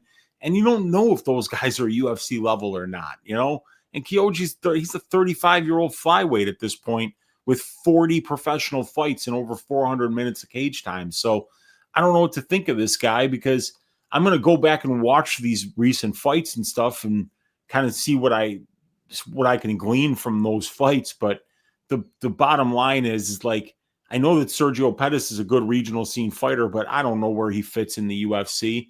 Guys like Takahashi and Ogi Kubo. I remember Ogi Kubo from like the Ultimate Fighter many years ago. I recognize a lot of these names, but I just don't know what it means against somebody like Tagir, who's fighting at a pretty high level here in the UFC, training with guys like Habib, and he's a solid fighter all around. He can kind of fight up and down to the level of his opposition. So since I don't know what to think here, I just don't know how much I'm going to research this fight, especially seeing as there's a ton of tape to watch on Horiguchi, and I don't really want to. I mean, like 14 fights on this card. I'm probably not going to spend a couple hours watching Horiguchi tape to try to come up with an angle on this fight where there might not be anything there anyway. Yeah, I watched a few of his fights. I watched the Patchy Mix fight. Even that fight was a while ago at this point, though. Yeah, I don't know, man. Tagir minus 200 and Horiguchi plus 170. The over-under set at 2.5. The over 2.5 minus 280. The under 2.5 plus 230. No, thank you on the money line or the total for me. We got Justin K with the $4.99 super sticker. Appreciate you, Justin K, sponsoring the show tonight. Shout out to Justin K there. This is a good scrap. Nice to see Horiguchi back in the UFC. Yep. Horiguchi via round one. Round one Chilean scrotum twist. Yikes. That Can you sounds do that? Sounds rough. Yeah, it does. Weezy for real. Tagir is not fighting better comp than Horiguchi. Horiguchi's fought some good guys throughout his career, but yeah, I mean, your competition at the UFC level is just all right. It's just all right. But then again, it's like, how do these guys that are non-UFC level fighters, how do they compare to somebody like Ulanbekov, who is a top 15 UFC flyweight? You never really know until they get there. hey, put some respect on Cody Burden. Who's Cody Burden? That was a good one. Tagir better. Tagir not better. Tagir's not better, but he's going to win a decision. That could be the case too, man. Tagir could be trouble the longer the fight goes, maybe. Fighting good competition doesn't make you good. Lesson I've learned for sure. Got Eileen Perez's butthole in the building. What is up, Eileen Perez's butthole? Saying Tagir plus oral by money line seems solid. I like the oral by part. I'm not touching the Tagir fight, but yeah, I really like oral by this week. We'll talk about that. My bad spelling. Oh, I thought you did that on purpose. I thought you called him Cody Burden on purpose, which would have been hilarious. It was a misspelling. Oh gosh, my bad. I wasn't laughing at your spelling. All right. Yes, Horiguchi is definitely UFC level. Agreed. Yeah. Okay. Let's move on to the next fight, and it is going to be Abdul Yakyayev going against Rafael Cerqueira. We got Yakyayev, 24 years old, 6'2" with a 78-inch reach. Cerqueira, 35 years old, 6'3" with a 76-inch reach. Yakyayev, 11 years younger. Cerqueira with a 1-inch height advantage and a 2-inch reach disadvantage. Yakyayev 5-0 in his last 5 fights, had a first-round knockout win on the Contender Series. Looked really good there. As far as Cerqueira, 2-3 in his last 5 fights. Made his debut against Ivo Aslan, lost that fight by knockout. Got knocked out by Modestas Bukauskas and then lost a decision to Julius Walker when our guy Julius Walker cashed himself a nice plus 1,000. Him and his buddies a nice plus 1,000 decision ticket.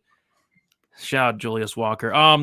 Yeah, I mean, this is a mismatch. We had a mismatch last week and it didn't really, look that way, but I feel like this minus 1,000 favorite will and should look like a minus 1,000 favorite. I mean, go out there and either touch this guy's chinny chin or take him down and sub this guy. I mean, Cerqueira almost got subbed by Julius Walker like 50 times. Yeah, I think Yakyayev is the real deal.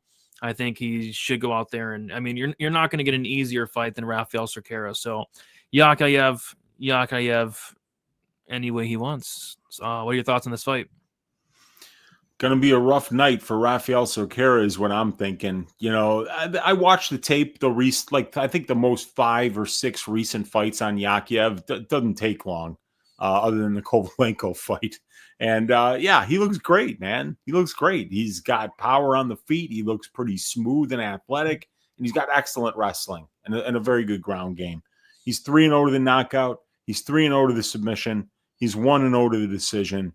He's got great wrestling and powerful striking. And, Rafael Cerqueira has none of those things. So, yeah, I mean, I won't be getting involved from a gambling perspective because I think the line is correct at minus 1,200 for Yakyayev.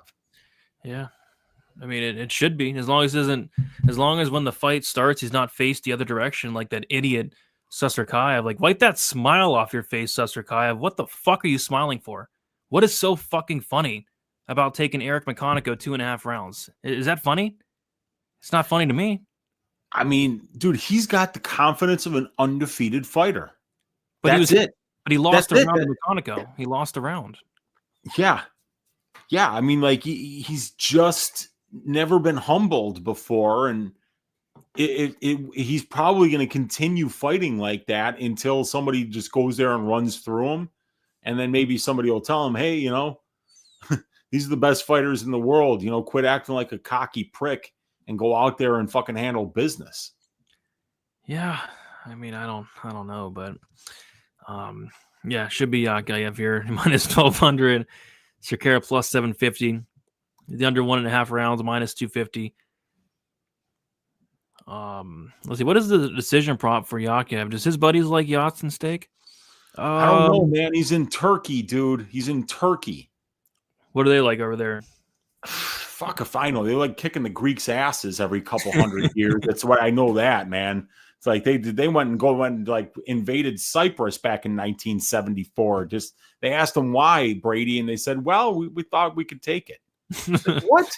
You know? So I mean, like they like kicking the Greeks' asses every once in a while, but in terms of, I think it's going to be like kebabs. I think it's kebabs. Okay, fair enough. Well, it's only plus 800, which is crazy. But I messaged you earlier. A spot sticking out this week was Yakayev ITD. It's only minus 800. I like it, dude. I think he's going to finish this guy. And I told you, like, when this fight got announced, I'm like, dude, I think I like Yakayev here. Yeah, and after doing the tape, diving deep, I would tend to agree with that statement there. I have intelligence that suggests that Cerqueira tried to throw his first 2 fights, but ended up getting it cabbaged. Cabbaged? Cabbage Carrera? I don't know. Cabbaged. I don't know what that means. I don't know what that means either, dude. This is the fight of the night. Maybe the quickest fight of the night. Yeah. I mean, this fight could end in like 30 seconds. We got Fluffy Hernandez in the building. What is up, Fluffy? Good to see you. Yakayev round 1, 5 units. There's no round 1 prop out yet. I wonder what that's going to be. It's officially Rafael Cerqueira fight week to all who celebrates. What the hell is Cerqueira laughing about? What is I don't he know. laughing about? What the hell is so goddamn funny? What are you smiling at? It's not funny. Like it's really not funny. Like take it a little, at least a little bit serious. Cerqueira, unbelievable. Don't worry, Yakayev is not Cerqueira. The under 1, will the under 1.5 hit this time? Oh, if I bet the under 1.5 here and this guy's turned around at the start of the fight and they clinch for 5 minutes, I'm gonna smash my TV. We got Andre Fiallo in the building, former UFC fighter. Fight me, I'll humble him real quick. I don't know if I like that, Andre. I don't know, buddy. I don't know. McConaughey is clearly very prepared but drained. Yeah, McConaughey had a really good game plan. His game plan, was pretty good. Clinched him up right away. How smart. Let's see Prochas versus Cerqueira. I mean, Prochas would murder him. That fight wouldn't be sanctioned. I do want to see that just because I think Prochas would wipe that smile off his face. We need to get somebody that's going to wipe that smile off his face. I think a guy like Prochas would do just that. What do you think? That's why I was laughing. Him and his buddies cashed it over 1.5. It was big plus money. It was at least plus 200. Him and his buddies Cormier was talking about how Cerqueira was wearing like a fucking 6-figure watch before the Eric Nolan fight, just 3 days after winning $5,000 on the Contender Series. And I remember Cormier was like, "How'd he get that watch? How do you know?" Now you know. Now you know. This guy was laughing all the way to the bank, him and his buddies cashing that over. Yeah, let's clinch with Eric McConaughey. Let's clinch with him. Come on. So cabbage is a British term for getting absolutely splumped. Okay, you learn something new every day. We should have a cabbage of the week. I like that. I like that. Shout out Cabbage Carrera. Yes, he got cabbaged regularly, Brady, back in the day. Oh, God. He's getting beans on toasted. Oh boy.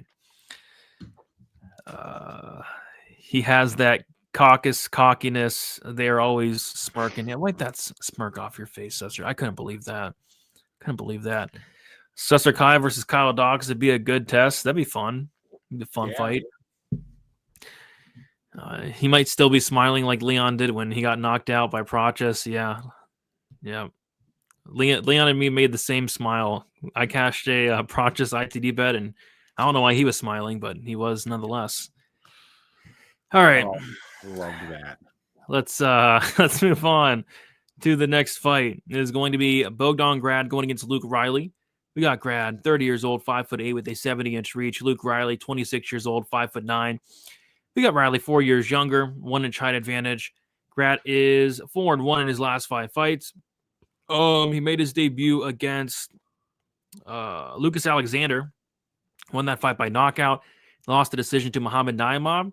As far as Luke Riley, he will be making his debut. I actually think this is going to be probably one of the most exciting fights of the entire card, just with the style both these guys bring to the table. You know, Luke Riley's a guy that wants to stand and bang, come forward, throw a lot of volume, you know, mix it up and try to take your head off. This guy has tons of knockouts on his record. And Bogdan Grad is a guy that's going to kind of oblige in that type of stand-up war. I think these guys are going to swing dicks a little bit. And by a little bit, I mean a lot. You know, I think Grad would be smart, and I think he will try to probably, you know, try to get this fight down to the ground. I think that's the one weakness of Luke Riley is he absolutely can be taken down. He can be held down. Grad is a BJJ black belt. But, yeah, I primarily see these guys standing and striking here. And, you know, Grad very hittable. You know, the chin, a little bit questionable. He got hurt against Muhammad Naimov. So I like Riley. It's just lame minus 250 on somebody making their debut against an absolute dog and Grad who's not going to quit. Who's going to be there for probably 15 minutes. Seems like a hefty price tag to pay. But, yeah, there's some hype on Riley. And after watching some of his fights, I can absolutely see why. This guy's a killer on the feet. Yeah, when I saw the line, and I've seen Riley fight because I've watched Cage Warriors events, but like I was saying on Clint's show earlier, a lot of times when I'm watching them, I'm not watching them as a capper. You know, I'm just watching them because, like, holy shit, I got a couple nights off and I don't have to get ahead for next week. Let's see the last couple LFA events. Let's watch a Brave event. Let's watch a, you know, CFFC or some European event. And I'll watch some of these guys fight and be like, oh, yeah, some great fights. And I know I've seen Riley fight before, but I haven't really taped him yet. It's a weird card. Not only are there 14 fights, but I believe there are 7 fighters on this card that are either debutantes or haven't been in the UFC for almost 10 years. Oh, think about it. Luke Riley, Yakayev is making his debut. Rafael Cerqueira actually hasn't even fought yet. Horiguchi hasn't been in the UFC in 10 years. That's 4.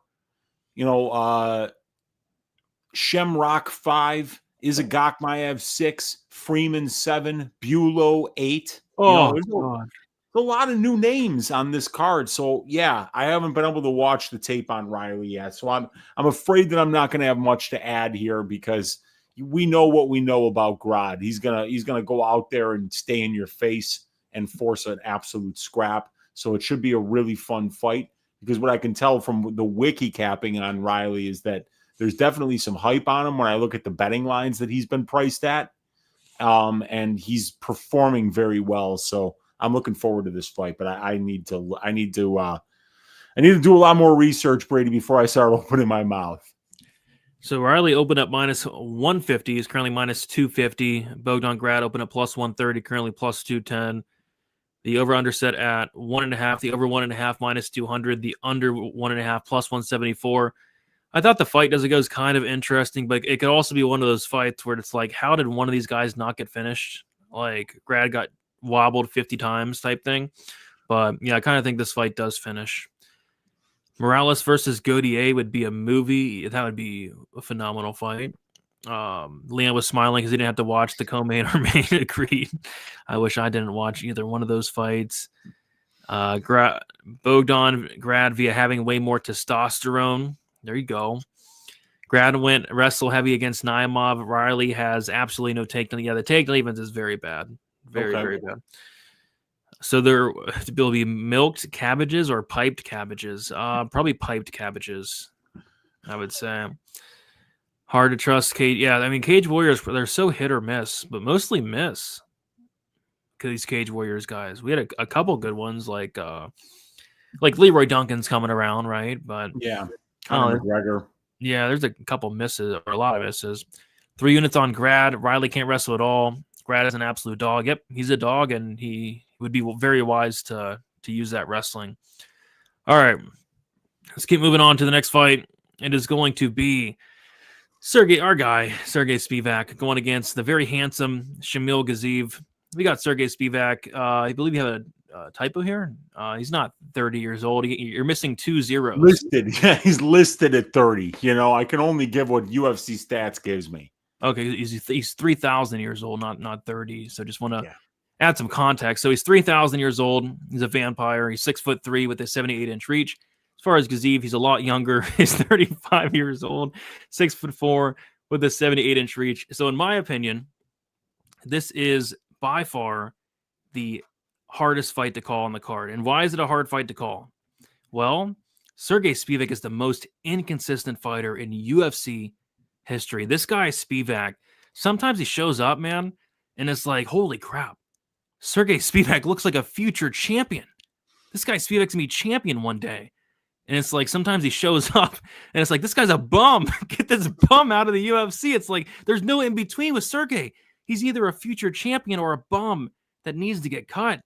I mean, I'll never forget the Cyril Gahn fight where he just got his ass whooped and finished by Cyril Gahn. Showed nothing. I mean, just didn't even try to grapple whatsoever. Got knocked out in the second. It was just a horrible look. And then he gets knocked out by Jailton Almeida. I mean, how does that happen? How is that even physically possible to get knocked out by Jailton Almeida, a guy that landed like 0 strikes in his last fight? How do you get knocked out by Jailton Almeida? How does that happen, Sergey? But when you count him out, that's when he comes out there, he throws your ass down, and then he beats the crap out of you and looks like a big favorite. So I don't know what to do here. I think there's 2 very likely outcomes. The first live outcome is Sergey Spivak shows up, and it looks like he didn't train. It looks he doesn't want to be there. He looks scared. He looks not confident, and he gets knocked out in the very first round because Gaziv hits very hard. The other scenario is Spivak. He shows up with confidence. He shows up, and it looks like he had a great training camp, and he ragdolls Gaziv. He takes him down. If Gaziv gets back up, he goes back down, and he does it again and again until Gaziv tires out, and he either pounds him out or submits him. So, yeah, flip a coin. You know, is Sergey Spivak going to show up, or is he going to not show up and get knocked out? So, I don't know. This line's crashing down, though. A lot of people having a lot of faith in Spivak, man. Opening up plus 190, it's been nothing but Spivak love. Currently a plus 118, and I get it, but I will never put money on this guy ever. So yeah, I don't know, man. Spivak fights are interesting. I can't bet them personally, but you never know what you're going to get with a Spivak fight. Yeah, you really don't, man. I because like the Spivak performance against Cyril Gahn was, you know, you have to put it in the context that Cyril Gahn was 1 fight removed from just like the worst performance of all time against John Jones. Wait, the Derek Lewis fight, because nobody does that to Derek Lewis. Nobody does that to Derek Lewis. He took down the Tuivasa fight. Dude, he threw that guy around like a sack of wheat. Yeah, I've been impressed 8 times. And just fucking mowed him down. I mean, like, when he looks good, dude. Oh, yeah. You know, so, and when Shamil looks good, he looks good. I mean, like, he easily out-wrestled Dante Almaze. Not the first person to do that. Great knockout against Tom Peterson. Really great debut against Martin Budai. I thought he was going to have 1 round of cardio. In the second round, he looked even better than he looked in the first. And then he finished Martin quickly in the second round there. You know, it's just the Rosenstruik fight. I feel like if that fight was a 3-round fight, Gaziev is probably 4-0 right now because he wasn't going to make it 5 rounds. He's not a 5-round fighter, you know, while Rosenstruik, you know, he can box for extended stretches because that's what he does. So I kind of feel like Gaziev can have success early with his forward pressure and his boxing. He hits hard. Sergey Spivak does not like to get hit. He's been knocked out in 4 of his 6 UFC losses. So you start tagging this guy, he'll go away. He'll quit. And also with Gaziev, you know, if you get Gaziev tired, he'll quit too. You know, but you've only got 3 rounds to do it. You don't have 5 rounds to do it. So Spivak's going to have to show some urgency. And if I were Gaziev, the one thing that I would avoid doing against somebody like Spivak is over pressuring or giving him some forward momentum to deal with, because Spivak gets takedowns with throws. And he's so good at them. If you get reckless pressuring him and wade into that pocket and miss a punch, you're going to go for a ride. And when this guy gets on top of you, it's problems. His ground and pound is excellent. He can finish fights down there, and he even showed an armbar finish against Marcin Tybura recently, just like 3 fights ago. So, and he's fighting, like you look at the last 5 names for Gaziv: Tom Peterson, Dante O'Mays, Rosenstruik, Martin Badai, Greg Velasco. Here's Spivak's last 5 opponents: Waldo Cortez Acosta, Jailton Almeida, Marcin Tybura, Cyril Gane, Derek Lewis, all top 10 guys. So I think that Spivak's been fighting at a much higher level. I think that he's got the grappling upside in this fight, submission grappling and top time. And I think that the striking is actually somewhat close. But, God, it's hard to back Spivak, man. No, I mean, this guy got dropped by Jailton Almeida. Yeah, but the Waldo Cortez Acosta fight, though, right? Yeah, that's true. He boxed with him the entire time, and Waldo's got way better conditioning than Gaziev, but Gaziev's got more power, obviously, than Waldo does. No, yeah. I get it. Nobody's fucking scared of Sergey Spivak striking. Let's face it. No. So I don't know, man. This is a weird one, Brady. I'm right there with you. I'm not feeling like having my money on this, but maybe when I'm done writing it up, I'll see an angle that makes me think the line is off, and maybe then I'll do it, because I bet against Spivak with Waldo Cortez Acosta last time, and it worked barely. I mean, it barely worked, but it worked. He has such a terrible game plan on that Acosta fight. Either that or sure did. Or Waldo significantly, and we didn't even really try to take down Waldo. That was really weird. I'm not betting on either money line here. I mean, if you bet on Spivak, you're either going to look like either a genius or just like it's gonna be the dumbest bet ever. He gets sparked. Like there's no in between. It's either going to be a really, really good bet or a really, really bad bet. Betting on either one of these guys, I think. So the over under set at 1.5 rounds, the over 1.5 minus 135, the under 1.5 plus 115, the under just got smoked. We were talking about that earlier. I fair enough. All right. Fair enough. Guy got tired from the wrestling and quit.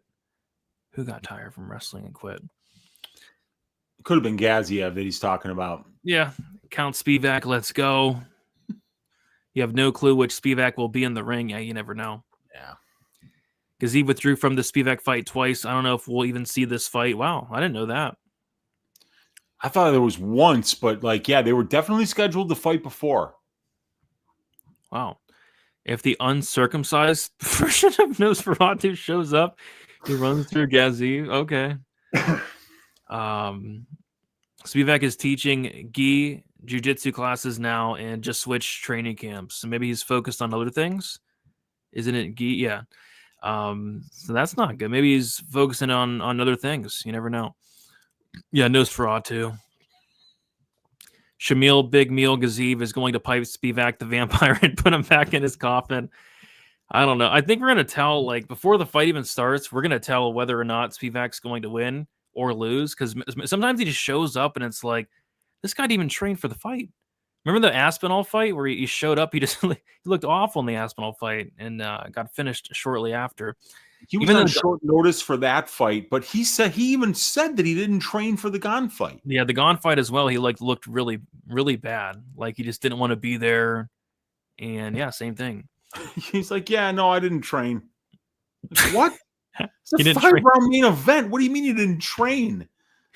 Oh, vampires. Thing is, most of Spivak's losses are against good fighters, top of the division guys, except Walt Harris way back. Yeah, he does lose to good fighters. Yeah, that's true. Beautiful colors, fall colors on the spreadsheet. Yeah, definitely. Green. You got some orange in there. Dontel Mays, the fastest heavyweight of all time. Oh, Brady and Uncle Weezy, let's stick these bookies up. and milk them for all they're worth before the Thanksgiving break. Let's do it. Let's do it. Show some respect to Gaziv, the only UFC fighter to solve the puzzle that is Martin Badai. Yeah, that's true. That's true. Good win. That was a really good win. Gaziv puts on a lot of forward pressure. Waldo was a good matchup because he just stands in the pocket. They're just going to tire each other out and lose the power, so I bet the over. At least somebody bet the over. There you go. Justin took the over 1.5 rounds, and yeah, it makes sense. Sivak's very durable. Gaziv has really good cardio. I can see a greasy over hitting. I don't think he's seriously training. He's advertising and looking for personal training clients in Vegas. What? Why is he in Vegas? Shouldn't he be in like a vampire? Where are these vampires from? Dude, they're all from Romania. From Romania, right? Which is, yeah, because like inside of Romania is Moldova, which is the country where Spivak is from, and that's where Transylvania is, because Transylvania is in Romania, but it's also mostly in Moldova. So yeah, that's where the vampires usually live. So why is he in Vegas? Well, vampires have no reason to be in Vegas. Yeah, like vampires hate the desert. So I'm thinking that Gaziev probably gets this job done. Yeah. Not only is he fighting in Qatar, which is the desert, but he's training in Las Vegas, which is the desert. This guy needs to be in a very foggy, dark, heavily forested area to protect himself from the sun. I might have to sign up for his gi jiu-jitsu classes. That'd be pretty cool, actually. Does he even speak English? Like, how would I understand what he's saying? He speaks a little bit. I think a tiny bit. Okay. Yeah. I also don't speak vampire either. Spivak is a dude, man. Yeah, he's a dude. He's from transsexual Vania, visiting Chris Angel. Maybe he's visiting Chris Angel. Tia Weezy, the Bat Whisperer. Oh gosh, Brady's gonna get his arm broken by Sergey. I'm more worried about getting my blood sucked than my arm broken. Blood. He'll armbar me and then suck my neck. Oh my gosh, terrifying! I want to be in the same zip code as Sergey Spivak. That guy's terrifying. All right, let's move on to the next fight. Which has Alex Perez pulled out yet? Not yet, that I know of. Very interesting. Okay, so I guess we'll talk about it then. We get Alex Perez going against Austin Almabayev. We got Alex Perez, 33 years old, 5'6" with the 65-inch reach. Almabayev, 31 years old, 5'4", with a 65-inch reach. We got Almabayev 2 years younger. Perez with a 2-inch height advantage and a 1-inch reach advantage. Perez is Is he really 1-4 in his last 5 fights? Holy crap! Not good. Submission loss to Davison Figueiredo. Submission loss to Alexander Pantoja. Decision loss against Muhammad Makayev. Knockout win against Mateus Nicolau. Then a knockout loss against Tetsura Taira. As far as Austin Almabayev, 4-1 in his last 5 fights. Beat CJ Vergara, Jose Johnson, and Mateus Nicolau by decision. Lost to Manel Kape by knockout, and then won a decision against Jose Ochoa.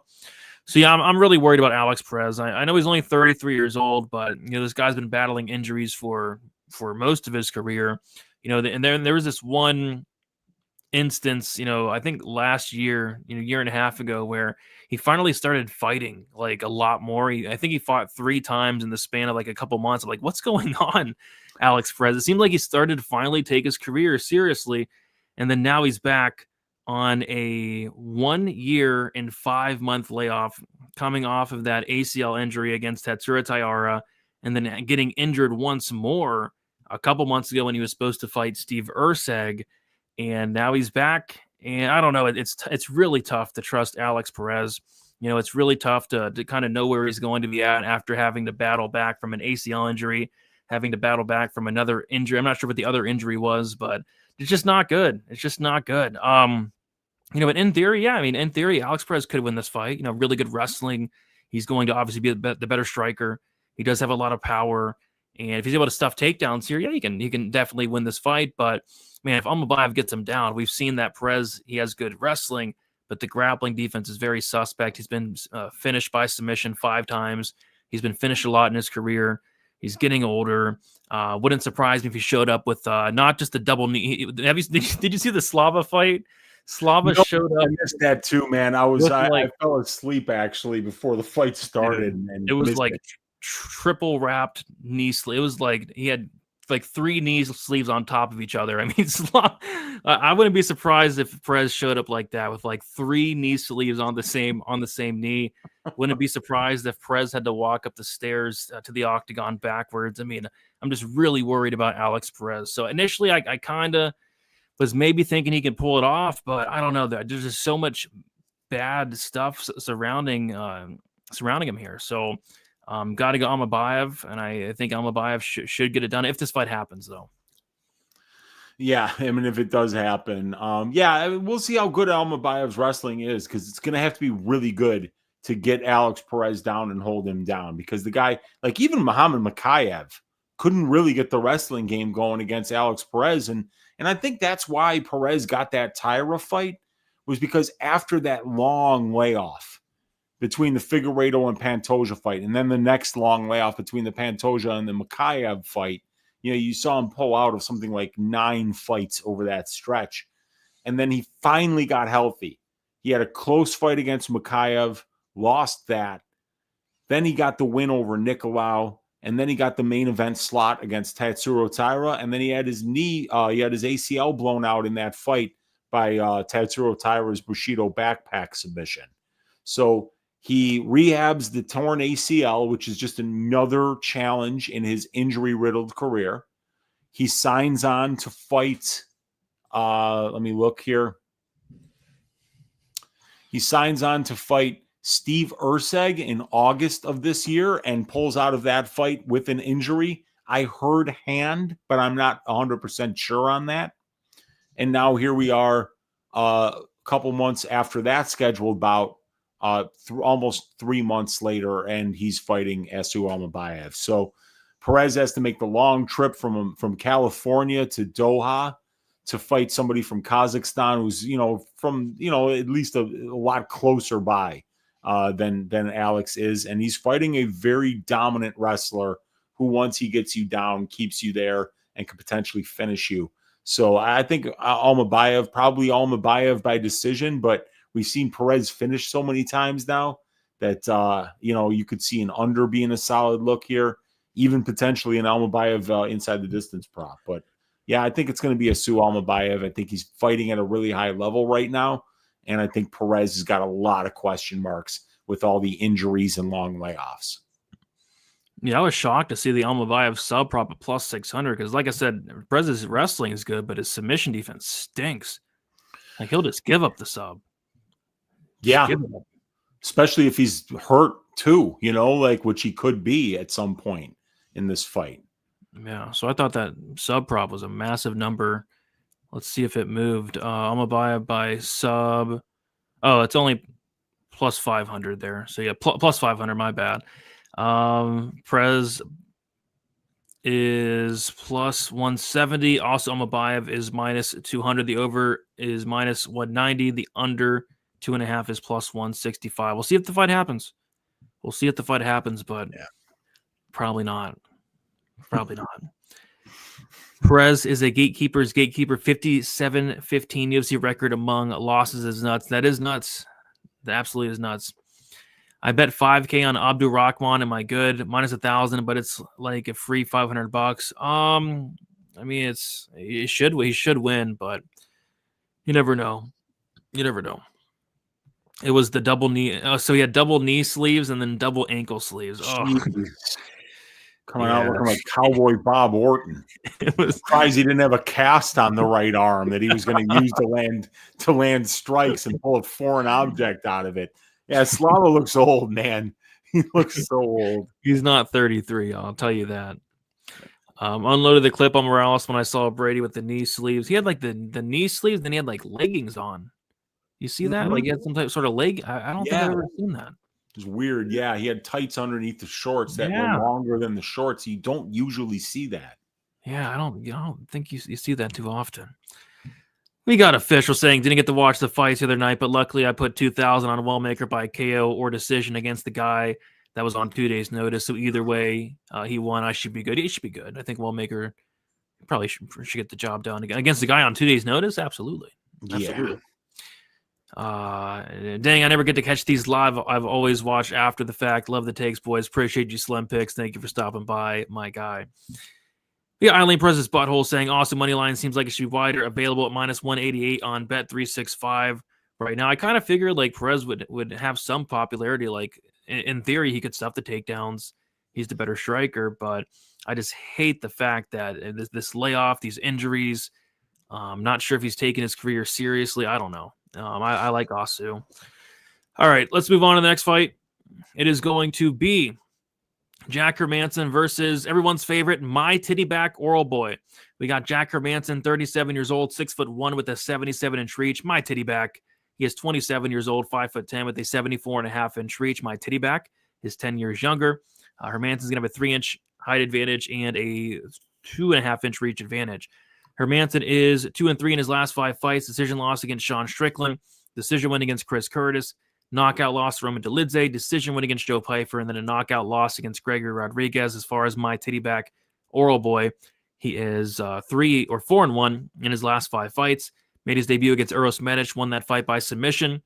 Beat Alvis Brenner by decision. Lost the decision to Mateusz Rambecki. And then beat Taufik Musafayev by submission his last time out. So, yeah, we talked about this fight like a couple weeks ago. We were like, holy crap, what is Jack Hermansson doing? Like, Jack Hermansson, this guy just died like 4 months ago. It was literally the most brutal knockout loss of 2025 where I literally thought he died. Like, that was one of the very few instances where I was like, oh my gosh, Jack Hermansson is dead. Jack Hermansson is dead. He's unconscious for a couple minutes. It's like, holy crap. Yeah. Jack, please wake up. Wake up, Jack. And then finally gets up, thank goodness. But holy crap, that was a brutal knockout loss. And typically with these brutal knockout losses, you want to take at least 6 months off, maybe more. But he's coming back 4 months later. And not only that, he's coming down a weight class at 37 years old. What sense does that make? I mean, this guy's 37. This guy has a ton of fights on his record. What, 20? How many fights? 20? 33. Oh, 33. Oh. Not one of them at welterweight. He's never been a welterweight. Never. And now all of a sudden, after dying, he's coming back to life and he's cutting down an extra 15 pounds. When the weight cut at middleweight was like rough for him. I mean, it looked like he had a lot of rough cuts at the middleweight division. And now he's going to magically drop an extra 15 pounds. I don't buy it. This fight is another fight. I think the Perez fight might not happen. Perez is going to pull out. This fight might not happen. I mean, Jack is there's no way he makes weight, right? Like, and if he does, how compromised is his chin, which is already very chinny, going to be? I mean, for me, this is my titty back and my titty back all day. Like, under normal circumstances, like, yeah, I mean, Hermansson, this guy's fought really good competition up at middleweight. This guy is, I've always thought Jack was very underrated, but holy crap, this guy just died. He's cutting this weight for no reason at 37 years old. I think my titty back knocks him out. I think I've always thought Jack was chinny, but now he's cutting this extra weight. I think the chin's probably even more compromised than it already was. I think my titty back knocks out Jack Hermansson. What are your thoughts on this fight? I think that too. I think he's going to knock him out, man. That was the scariest knockout I've seen since Quillen Saul killed Hack Parast. Yeah. I thought that Gregory Rodriguez killed Jack Hermansson. I remember when Cyborg got kneed in the skull by Michael Page, and Michael Page broke his skull, and you heard it. Oh, yeah. And I remember thinking that dude's dead. And then there was one other one where somebody I just thought was completely dead, but it doesn't matter. This is less than 5 months later, 4 months and 18 days, right, as of today, that he's been away from the cage. And like, if I was one of these guys where it was my job to advocate for fighter safety and, you know, non-predatory matchups, this is the first call I would have made. I'd have been like, whose idea was this? Who thinks, you know, like, and who around Jack Hermansson thinks this is a good idea? Is this Jack's idea? Is this the kind of idea that you get when you got knocked out that brutally? It's not the first time, Brady. This guy's got 4 of his 7 UFC losses have come by way of knockout. And Oh, he barely made weight in the Roman Dolidze fight. Remember that? he looked awful. Last one to the scale, screamed like he had just, like his life depended on it after he made 186 on the dot. Like he looked like he wanted to cry. How the fuck is this guy going to make 171 and then perform? Oh, he was in a coma, and that's why he wasn't able to eat, so he dropped the weight. Oh my God. Gregory Rodriguez put him in a coma, apparently, and he wasn't able to eat. He had to inject him with food and stuff. So apparently, maybe that's why he's cutting down. This is just such a bad idea. And my point is that if this goes the way I think it's going to go, somebody's going to need to explain themselves as to why they thought that this was a good matchup to make. I mean, he might die. I mean, they're putting him in there with a caveman. Yeah. Yeah. They're putting him with a guy that, knocked out the Ice Age. Yeah. I mean, like, this guy survived the Ice Age, and now Jack Hermansson's going to beat him. I mean, I don't fucking think so, man. But Jack's much bigger. He's got excellent ground and pound when he gets into top position. He's always been a plus grappler. Not a great wrestler by any stretch of the imagination, but he does have 81% takedown defense. I don't know. I mean, like, it's a tricky fight if you just kind of break it down in terms of measurables, experience, strength of schedule, striking, clinch game, grappling.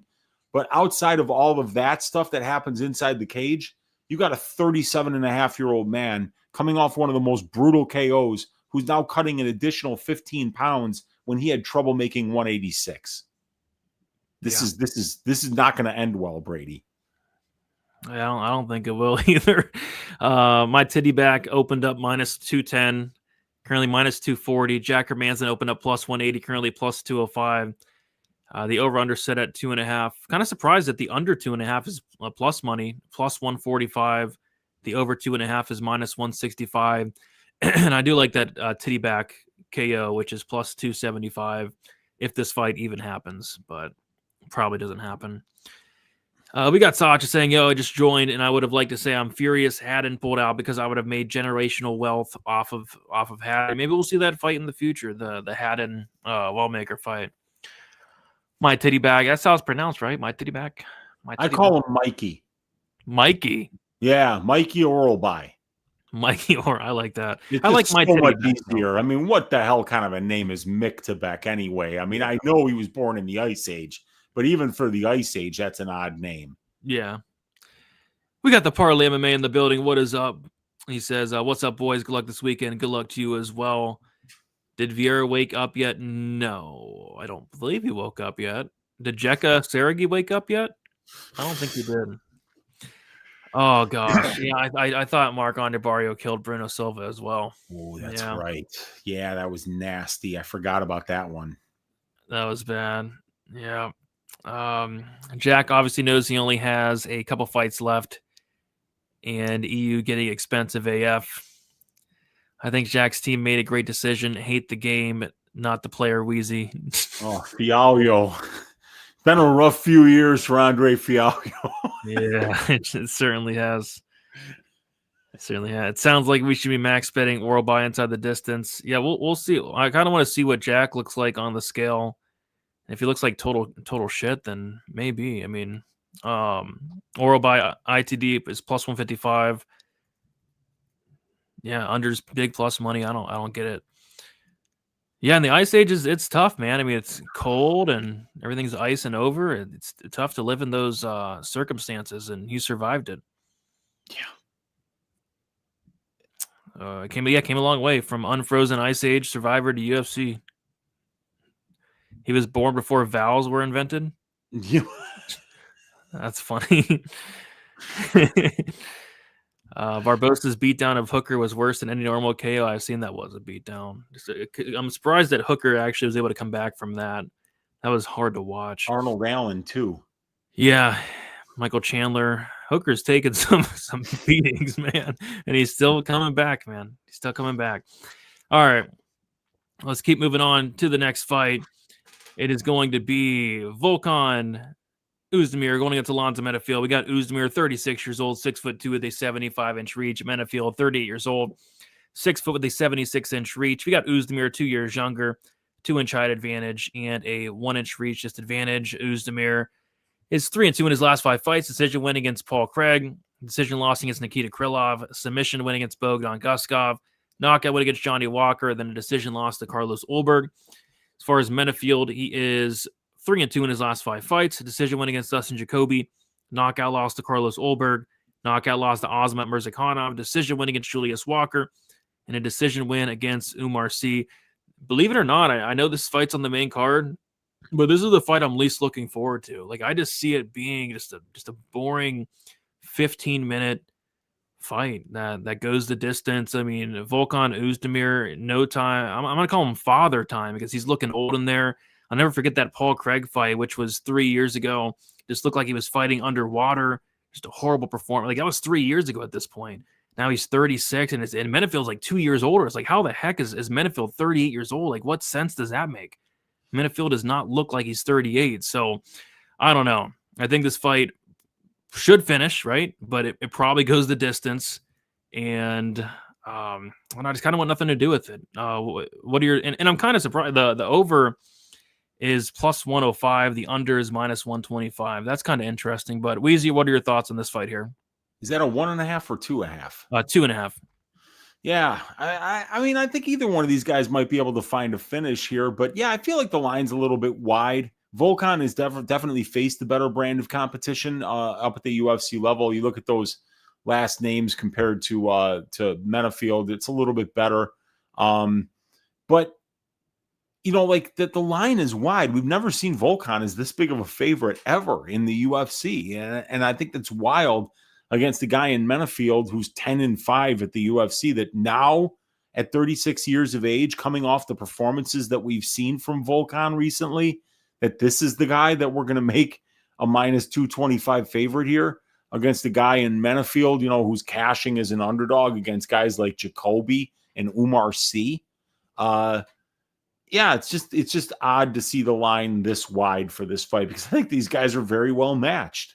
I mean, where does Volkan Oezdemir look minus 225 against Alonzo Menifield? In the striking? I don't think you can make that argument. Menifield outstruck Umar Sy and Dustin Jacoby. In the wrestling? Well, I mean, Alonzo Menifield's got 80% takedown defense and has been controlled for only 18.5% of his UFC octagon time. And he's a very efficient grappler, only attempting like 20% of the total takedowns in his fights, yet winning 55% of the control time positions. So I don't think Alonzo is going to be easy to win minutes and moments against in the grappling exchanges this fight. And then in the clinch, Menifield hasn't been great there. He's absorbed a lot more significant strikes than he's landed. And Volkan's been pretty good in the clinch, actually outlanding his opponents while there. But yeah, man, I think that this fight kind of plays out very close to 50-50. So I could see some value on the Menifield side. He got severely underpriced in the Umar Sy fight as well. He paid off the people that backed him there. And now here we are 5 months later, and they're kind of pricing him as a prohibitive underdog again. And Alonzo Menifield's been the much more active fighter. 7 fights since the beginning of 2023 compared to only 3 fights for Volkan Oezdemir since the beginning of 2023.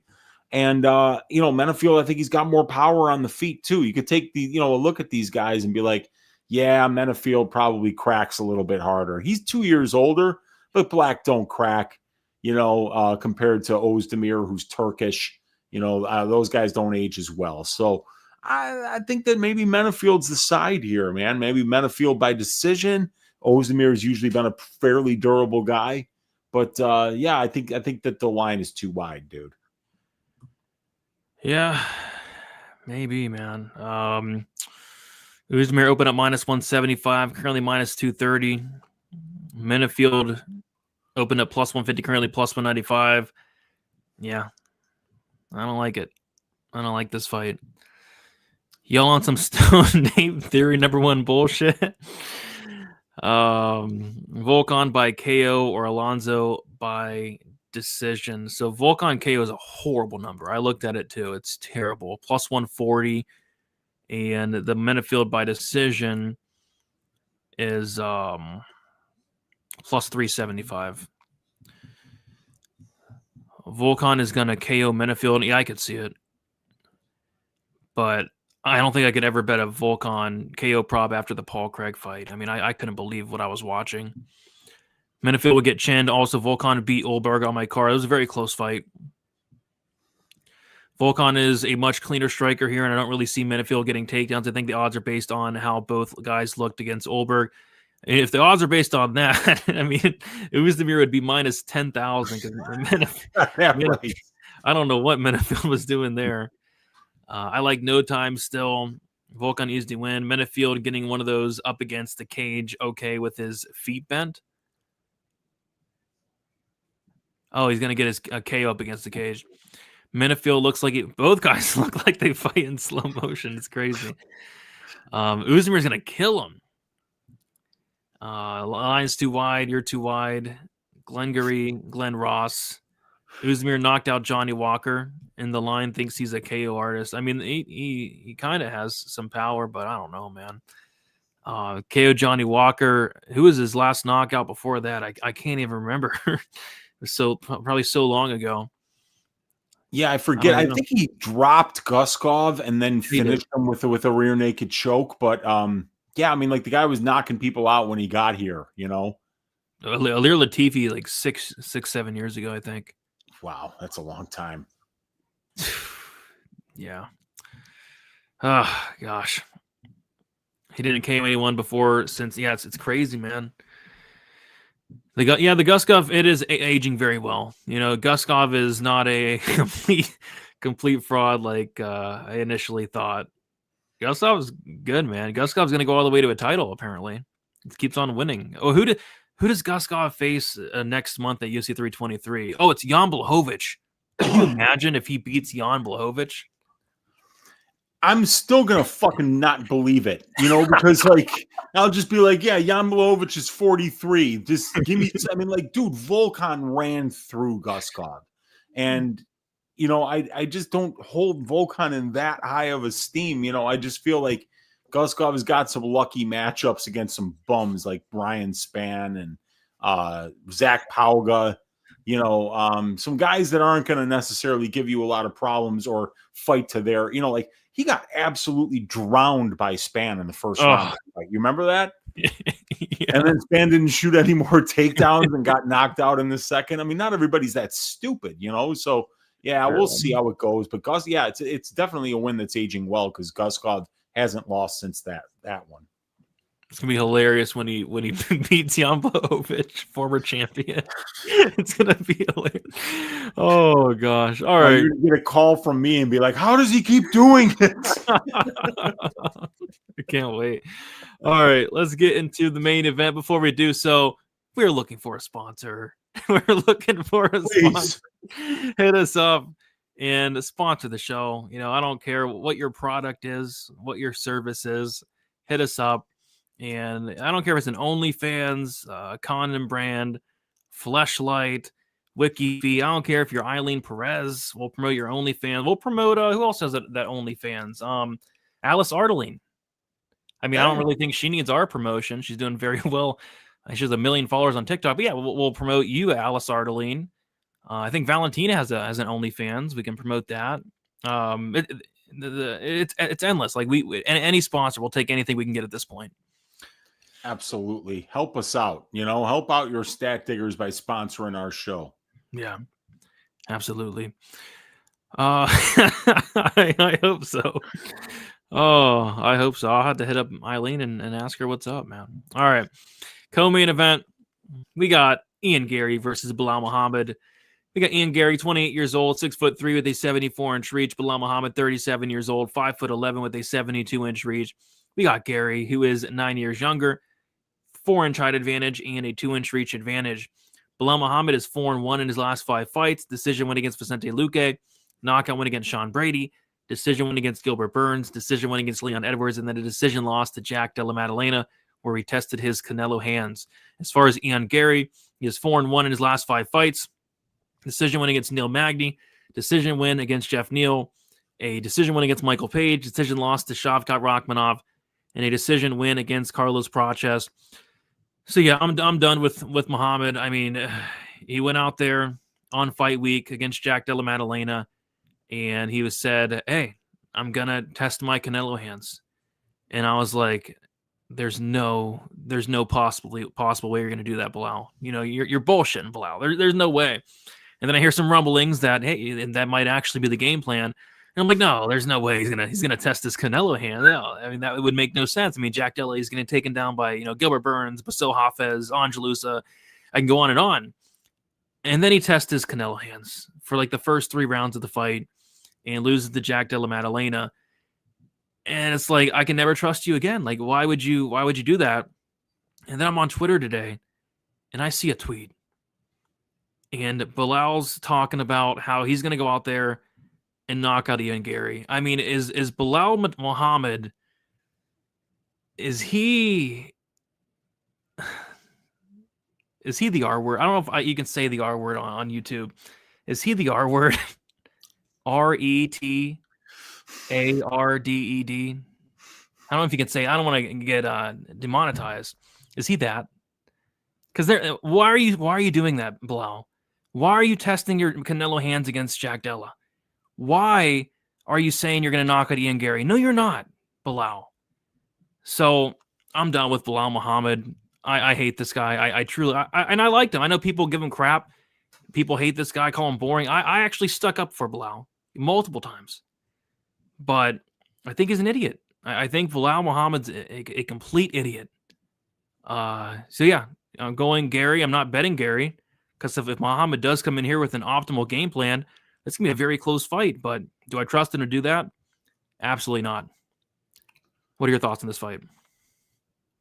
Yeah, I my thoughts are pretty much the same as yours in that, like, how do you do that? Because Bilal Muhammad's not an idiot. He's the opposite of an idiot. They don't hand out law degrees at the University of Illinois. I can promise you that. The guy prior to the Jack Della Maddalena fight had a 15-3 record in the UFC and became the champion of the division. And he did more with less than anybody in the history of the sport besides maybe Leon Edwards. Like, how the hell did Bilal become champion? How the hell did Leon Edwards become champion? Well, because they're smart fighters, who make the right decisions. And then all of a sudden, the smartest fighter in the division fought like a complete idiot against a guy that he had a massive grappling advantage against, and it cost him the belt. And now Islam's the champion, and he's going to stay the champion. So I don't know what Bilal Muhammad's next move is. He's 37 and a half years old. He's never been the most fan-friendly fighter. And he's coming off just, I don't know what that performance was, dude. Like, people were telling me, I promise you Bilal is not going to grapple. And I was saying to the people who were telling me that, there's no way that this guy is going to piss away the biggest advantage that he has over Jack Della. He would be absolutely stupid to do that. And we've seen fighters fall in love with their hands before. He wouldn't be the first one to do it. We always talk about, I fell in love with the box, Renato Moicano. And there's been a bunch of others, that have just decided, what, wrestling's exhausting. And I'm addicted to the feeling of landing a knockout shot. And they think they can do it against anybody. I don't know if that's the case. But look, man, even if that's not the case, Ian Gary's almost 10 years younger than this dude. He's 4 inches taller. He's got a 2-inch reach advantage. He's the much better striker. He's got way more tools at distance striking range. And he's proven in his recent fights and in his pre-UFC fights in Cage Warriors, where everybody was just trying to crotch sniff and take this guy down, that he's always had very good takedown defense and a very solid get-up game. It's very difficult to control this guy for extended stretches on the ground. And Bilal Muhammad, while being a high-volume wrestler and knowing when to mix it in and having excellent takedown defense, Bilal Muhammad is not Jailton Almeida going out there and getting 85% control time. You know, he's not Islam Makhachev. He's not Habib Nurmagomedov. As a matter of fact, Bilal Muhammad, over 20 UFC fights and over 300 minutes of UFC octagon time, has spent less than 25% of his UFC octagon time controlling his opponents. So I think that this is a great matchup for Ian Gary because something's going on with Bilal Muhammad. I don't know what it was, but for him to all of a sudden go from being the smartest fighter in the division to the dumbest fighter in the division over a one-fight sample size is just extremely suspicious to me. And I've said it before, you know, like when Melissa Mullins went out there and lost the rematch against Daria Železniakova, I tweeted that refusing to wrestle in that spot is tantamount to throwing the fight. So if I said that about Melissa, I don't think it would be fair for me to not question what was going through Bilal Muhammad's head when he decided that that was going to be his game plan. I don't care how confident you are in your striking. You're the champion now. You get paid to win. Why would you fucking give up the biggest advantage that you have when you are a minute winner, round winner, and scorecard winner? Bilal Muhammad is 18-3 to the decision. And of his 20 UFC fights, 15 of them have went to decision, and he's won 12 of those. So I don't know, man. This is a fucking bizarre fight, but I gotta back Ian Gary here. Yeah, I mean, I think something's wrong with Bilal for sure. Yeah, Nathan sent me the video. I was watching the video, and it's like Bilal said that he is going to take Gary down in the second round, but he said he's going to let him back up and then outstrike him. Okay. He said he's going to take him down, but he's going to let him right back up. He said he's going to remind people who he is with a standing KO of Ian Gary. He's going to outbox him because he said he could outstrike him. So he wants to prove a point. So he wants to remind people who he is, take him down and win a decision. That's who you are. That's who you are. He's delusional or something's wrong with Bilal Muhammad. Oh my God, dude! I think Andre Fialho might have a good chance. Yeah, as delusional as he is right now. Yeah, I'm going with Gary. Probably Gary by decision here. That's what I'm thinking. Yeah, Gary opened at -155. He's currently -230. Bilal Canelo hands Muhammad open at +135. Currently +195. The over, I think, is probably a good parlay piece. Over 2.5 -300. The under 2.5 is +245. So the over has taken some steam. It was -260, which is kind of wild. I thought it should have been a lot wider. But yeah, Gary by decision, probably the most likely scenario. Agreed, over 2.5, perfect parlay piece. Just heard that tweet. Maybe he thinks him and Morales are on the same level for what happened to Sean Brady. Yeah, I don't know. I don't know what's wrong with Bilal. Bilal winning this. Ian by decision is the way to go. What are the odds? Ian Gary to win by decision is sitting at plus or -125. -125 for Gary by decision. Yes, he is the R word. There we go. All fighters are. Some fighters are. I mean, some of these game plans, I mean, just like, yeah, Melissa Mullins. Like, what are you doing, Melissa? Yeah. Like, what are you doing? Come on, bros. Brady needs diaper money and Weezy needs strip club and smoke related fundage. Yes. Jeez. I was still down the hill of JDM shut down his takedown attempts by feinting the uppercut and using his high guard effectively. I'm so salty about what happened this last weekend. I miss Jack. Yeah, I don't know. I thought Bilal fought pretty dumb, but I don't know. With Bilal, might just be a Chicago thing. Wow. He's a smart guy. Bilal Muhammad is one of the smartest guys to ever fucking get in that octagon. So I just don't buy the, I thought I was going to outstrike him thing. It's just so weird. So stupid. Bilal Muhammad is not Andre Fialho. Yeah, Fialho is a very smart guy. And yeah, that is Andre Fialho. Absolutely. Absolutely, Fialho. That settles it. Smash the Gary money line. Oh, gosh. You guys are taking Bilal's word with every grain of salt in the shaker. I mean, I have no choice but not to. I did it in the last time, and it cost me money. I didn't believe him last time when he said he was going to test his Canelo hands. I was like, there's no way you're going to test your Canelo hands. But hey, he proved me wrong, and I lost money, and I looked silly. A lot of people gave me a lot of crap for picking Bilal against Jack Della Maddalena. A lot of people gave me a lot of crap for it.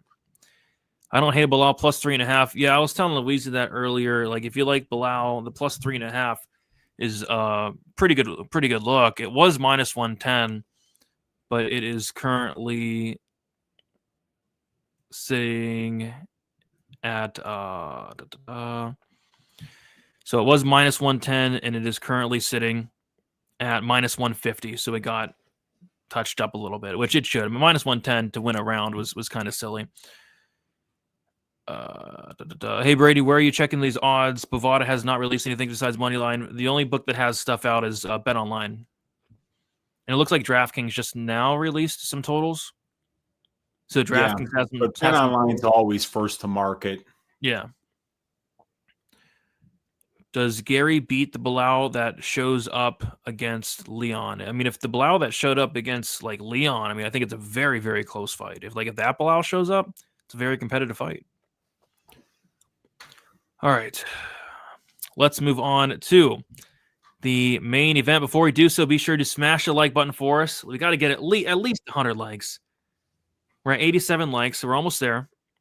So we need 13 likes. Let's smash those likes. Just like poor Leon Edwards got smashed over the weekend. Smash it like that. All right, main event. It is going to be Arman Tsarukyan going against Dan Hooker. We got Arman Tsarukyan, 29 years old, 5'7" with a 72-inch reach. Dan Hooker, 35 years old, 6 foot with a 75-inch reach. Tsarukyan, 6 years younger. Hooker with a 5-inch height advantage and a 3-inch reach advantage. Tsarukyan 4-1 in his last 5 fights. Decision loss to Mateus Gamrot. Decision win against Damir Ismagulov. Knockout win against Joaquim Silva. Knockout win against Benil Dariush, and then a decision win against Charles Oliveira. As far as Dan Hooker, he's 3-2 in his last 5 fights. Submission loss to Islam Makhachev. Knockout loss to Arnold Allen. Knockout win against Claudio Poyas.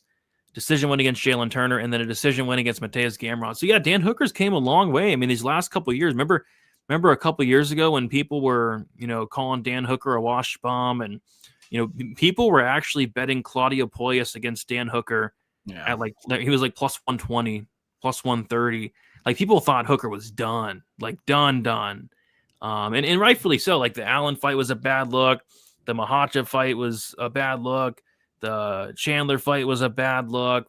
It was all a bad look, but he still has some left in the tank. Beat Claudio Poyas, beat Jalen Turner, and then beat Mateus Gamrot, as a pretty big underdog. But I mean, this is just a much tougher matchup here against Arman Tsarukyan. Really brutal matchup, actually. Hence the line. We got Arman Tsarukyan last time I checked, like minus 500. Looks like best case scenario at this point. So, yeah, I don't really love the matchup for Dan. Should be kind of a showcase fight for Tsarukyan, kind of put him back on the map type thing. What are your thoughts on this main event? Yeah, I mean, I think the line is wide just because it's Tsarukyan minus 500, and he's on a 19-month layoff coming into this fight. And Dan Hooker is somebody that consistently performs very well as an underdog. But Arman Tsarukyan is an elite fighter. This guy was supposed to fight for the title last. He's got a win over Charles Oliveira.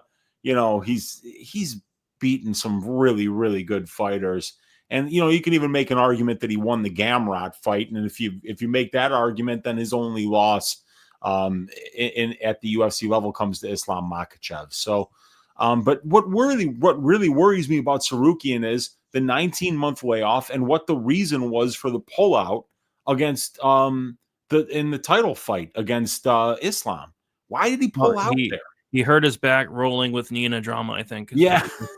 So that sounds like some number one bullshit to me. No, there was videos of it. I mean, they were rolling around on the ground. Well, I know that they were rolling, but there's no video of him getting hurt rolling with her. I believe it. Yeah. So, okay. But either way, right? It was still really odd, to pull out of a title fight on weigh-in day before weighing in, right? I don't know.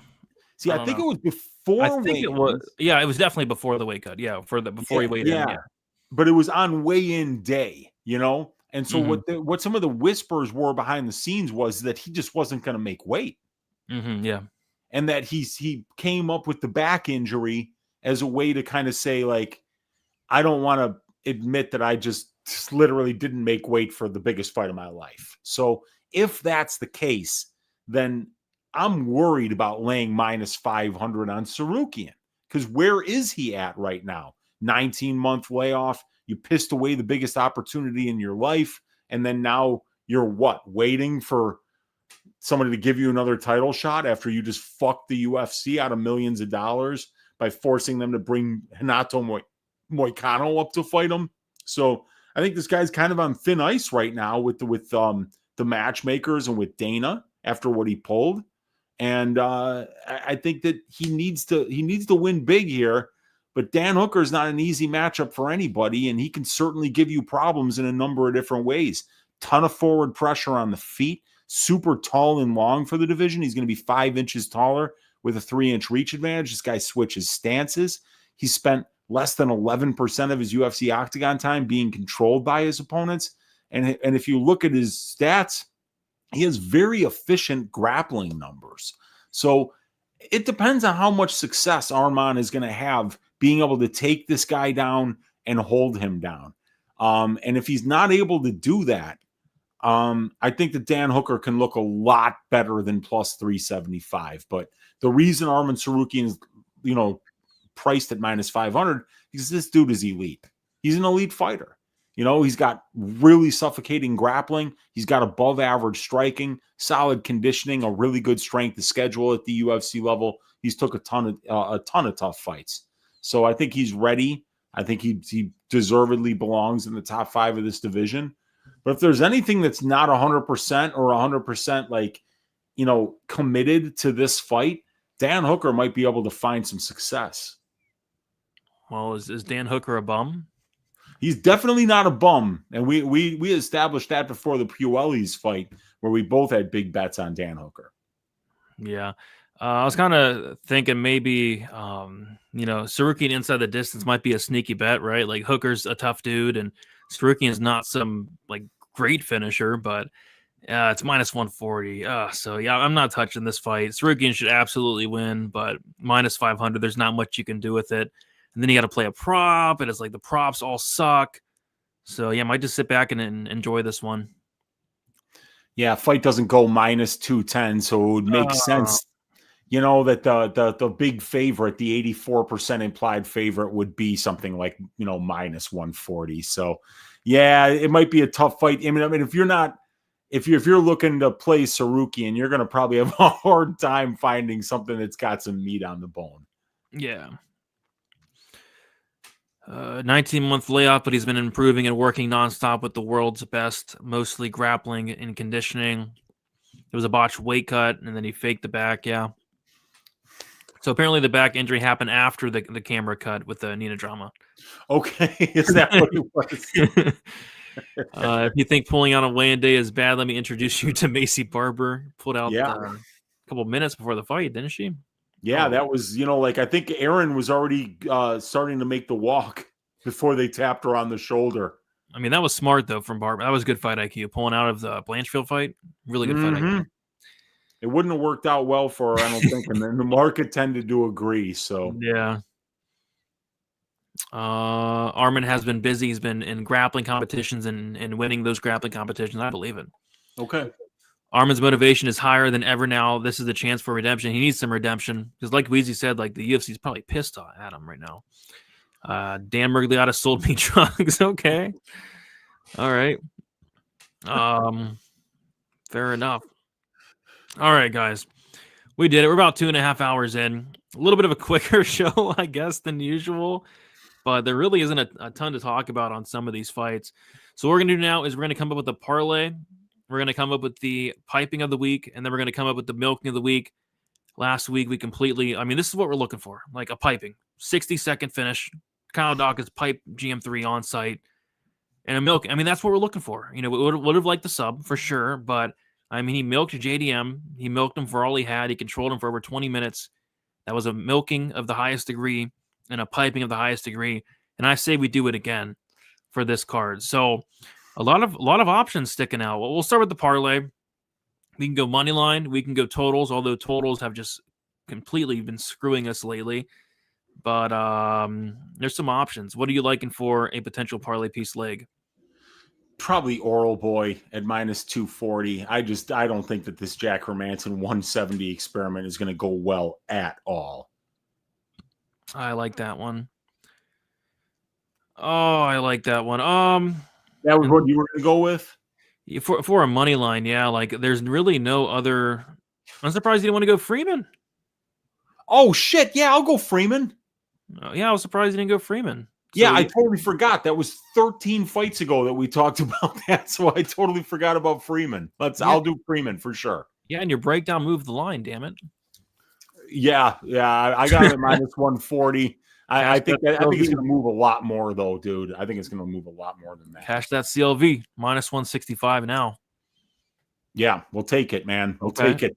I can already arb out for a win here. So -165, and then my titty back is -240. That's going to come out to +128 for my titty back and Freeman. I'll take it, man. I think that's not a bad look. And you know what? They're not even letting you parlay that on Bet Online right now. Mm-hmm. So I think something's telling me that maybe they know that this Hermanson thing is not going to go well. So I'll bet if you try to parlay Freeman with like Sarukian. They don't let you do that either, huh? Maybe it's just the Freeman fight because they just added it, so maybe that's why. Just got because they're letting you like parlay Sarukian and Gary, for instance. So they're not letting you parlay Freeman yet, probably because they're taking a lot of action on him right now. Mm-hmm. Yeah. Okay. So we'll do that. We'll do Freeman and Oral Boy. Very nice. Solid legs. All right. And then we'll come up with let's do the piping first. So yeah, like I said, last week we nailed it. Kyle Dawkins to pipe GM3 on site. So for this week, we have a couple options. We have Denzel Freeman. Denzel Freeman, if he's winning this fight, he's winning it by piping.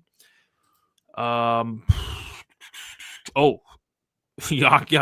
I mean, Yakyaev, if he's winning, he's winning by piping. So Freeman, Yakyaev, Shamil Gaziv. I mean, if Shamil Gaziv wins, it's a piping.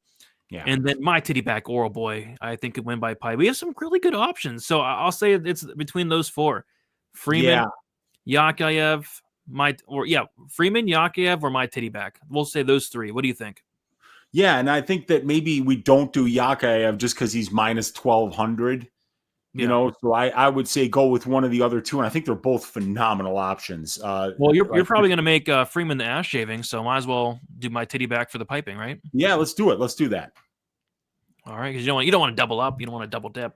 I mean, you could. No, you don't want to do that. You want to spread it out a little bit. Spread it. We call it diversifying your portfolio. You know, Wu-Tang Financial would have told you that you need to diversify your bonds. That's my favorite financial firm. And yeah, I think that's a great one here. And I'll save Denzel for the ass shaving of the week. But unfortunately, this fight's going to get canceled. So we're doing this for no reason. On site. Okay. So the on-site piping of the week is my titty back, Oral Boy, to pipe poor Jack Hermanson on site this Saturday. You heard it here first. My titty back is going to pipe Jack on site. It's a shame. It sucks. It truly sucks. But Jack's going to get piped on site. All right, now it is time for the milking. And once again, we have some solid options here. So let's see. We have, Nurullo Aliyev. I mean, that's all he does. Even though he's freaking boring. I don't really want to make him the milking just because he's so boring. But hey, if he's going to win, it's probably going to be a milking. So Aliyev, we could go. Asu Almabayev, potential milking. Or he's a milker. If Sergey Spivak wins, it's a milking. But oh my gosh, is he untrustworthy? Yeah, I guess it's between or even Sarukian. Yeah, Sarukian good milking as well. Absolutely. Because like if he's going to win this fight, I don't think he wants to stand with Dan Hooker. because Hooker's going to be pressuring him. He's going to be hitting hard. He's going to have to be worrying about that massive height and reach disadvantage that he's at against Dan. So you got to feel like maybe he takes him down and either beats him up with ground and pound or finds his back and finds a submission.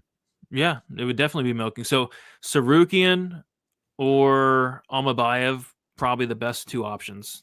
For milkings, yeah, I would say so. Sarukian, the safer option. And Aliv, too. Aliv is obviously somebody that's how he wins fights. Let's see. It's a tough one. Yeah, we can go Armin. That's a good one. Yeah. I like that. Yeah, that's probably the best way to go. All right, so the milk of the week is Armin Sarukian to milk Dan Hooker this Saturday. All right.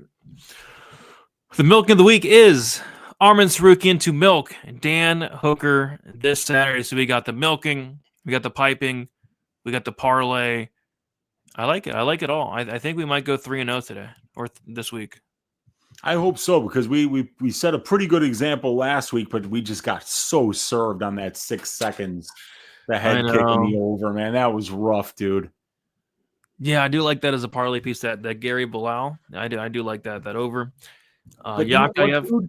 What? Do you remember how Gary was piecing up Prates at range?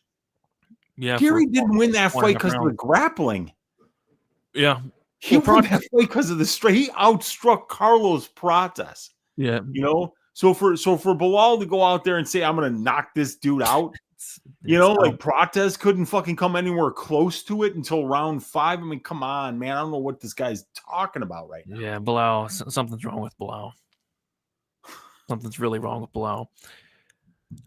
Yeah, I mean, if Spivak's winning, it's a milking, but it's like he's such a sketchy guy to bet on, Spivak, or bet against. Like it's tough to bet on or bet against a guy like Sergey Spivak. You never know what you're going to get, ever. So, all right, Weezy, we did it. We went through all of the fights. I'm assuming no special. Wait, you did have a special plan. You went on Clint's show tonight. Yes. Did Clint's show earlier today. So about at this point, like we're 5 hours on camera today. So the voice is pretty much gone, pretty much dead. And I'm going to be going back to silently typing on my keyboard, writing out some fight write-ups for my Odds Shopper subscribers here. Some interesting fights, man. I'm looking forward to getting all the research finished and getting some picks out for this week, and then enjoying a nice long week off with my family, friends, a little bit of Thanksgiving, my favorite holiday of the year.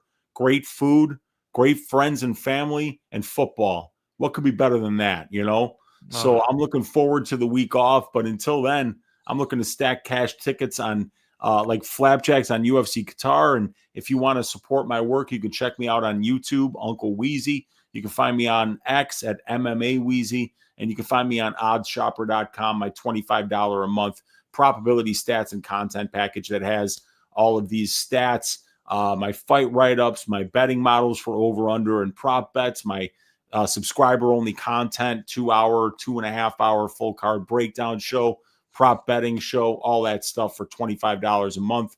And there's actually a description and a link in the description of my latest video on YouTube that has a 50% off your first month's membership if you want to check that out. It's going to be a fun week of fights and then a fun week off. And then we just got 2 cards left in the year before we get to Christmas, Brady. So I'm looking forward to it.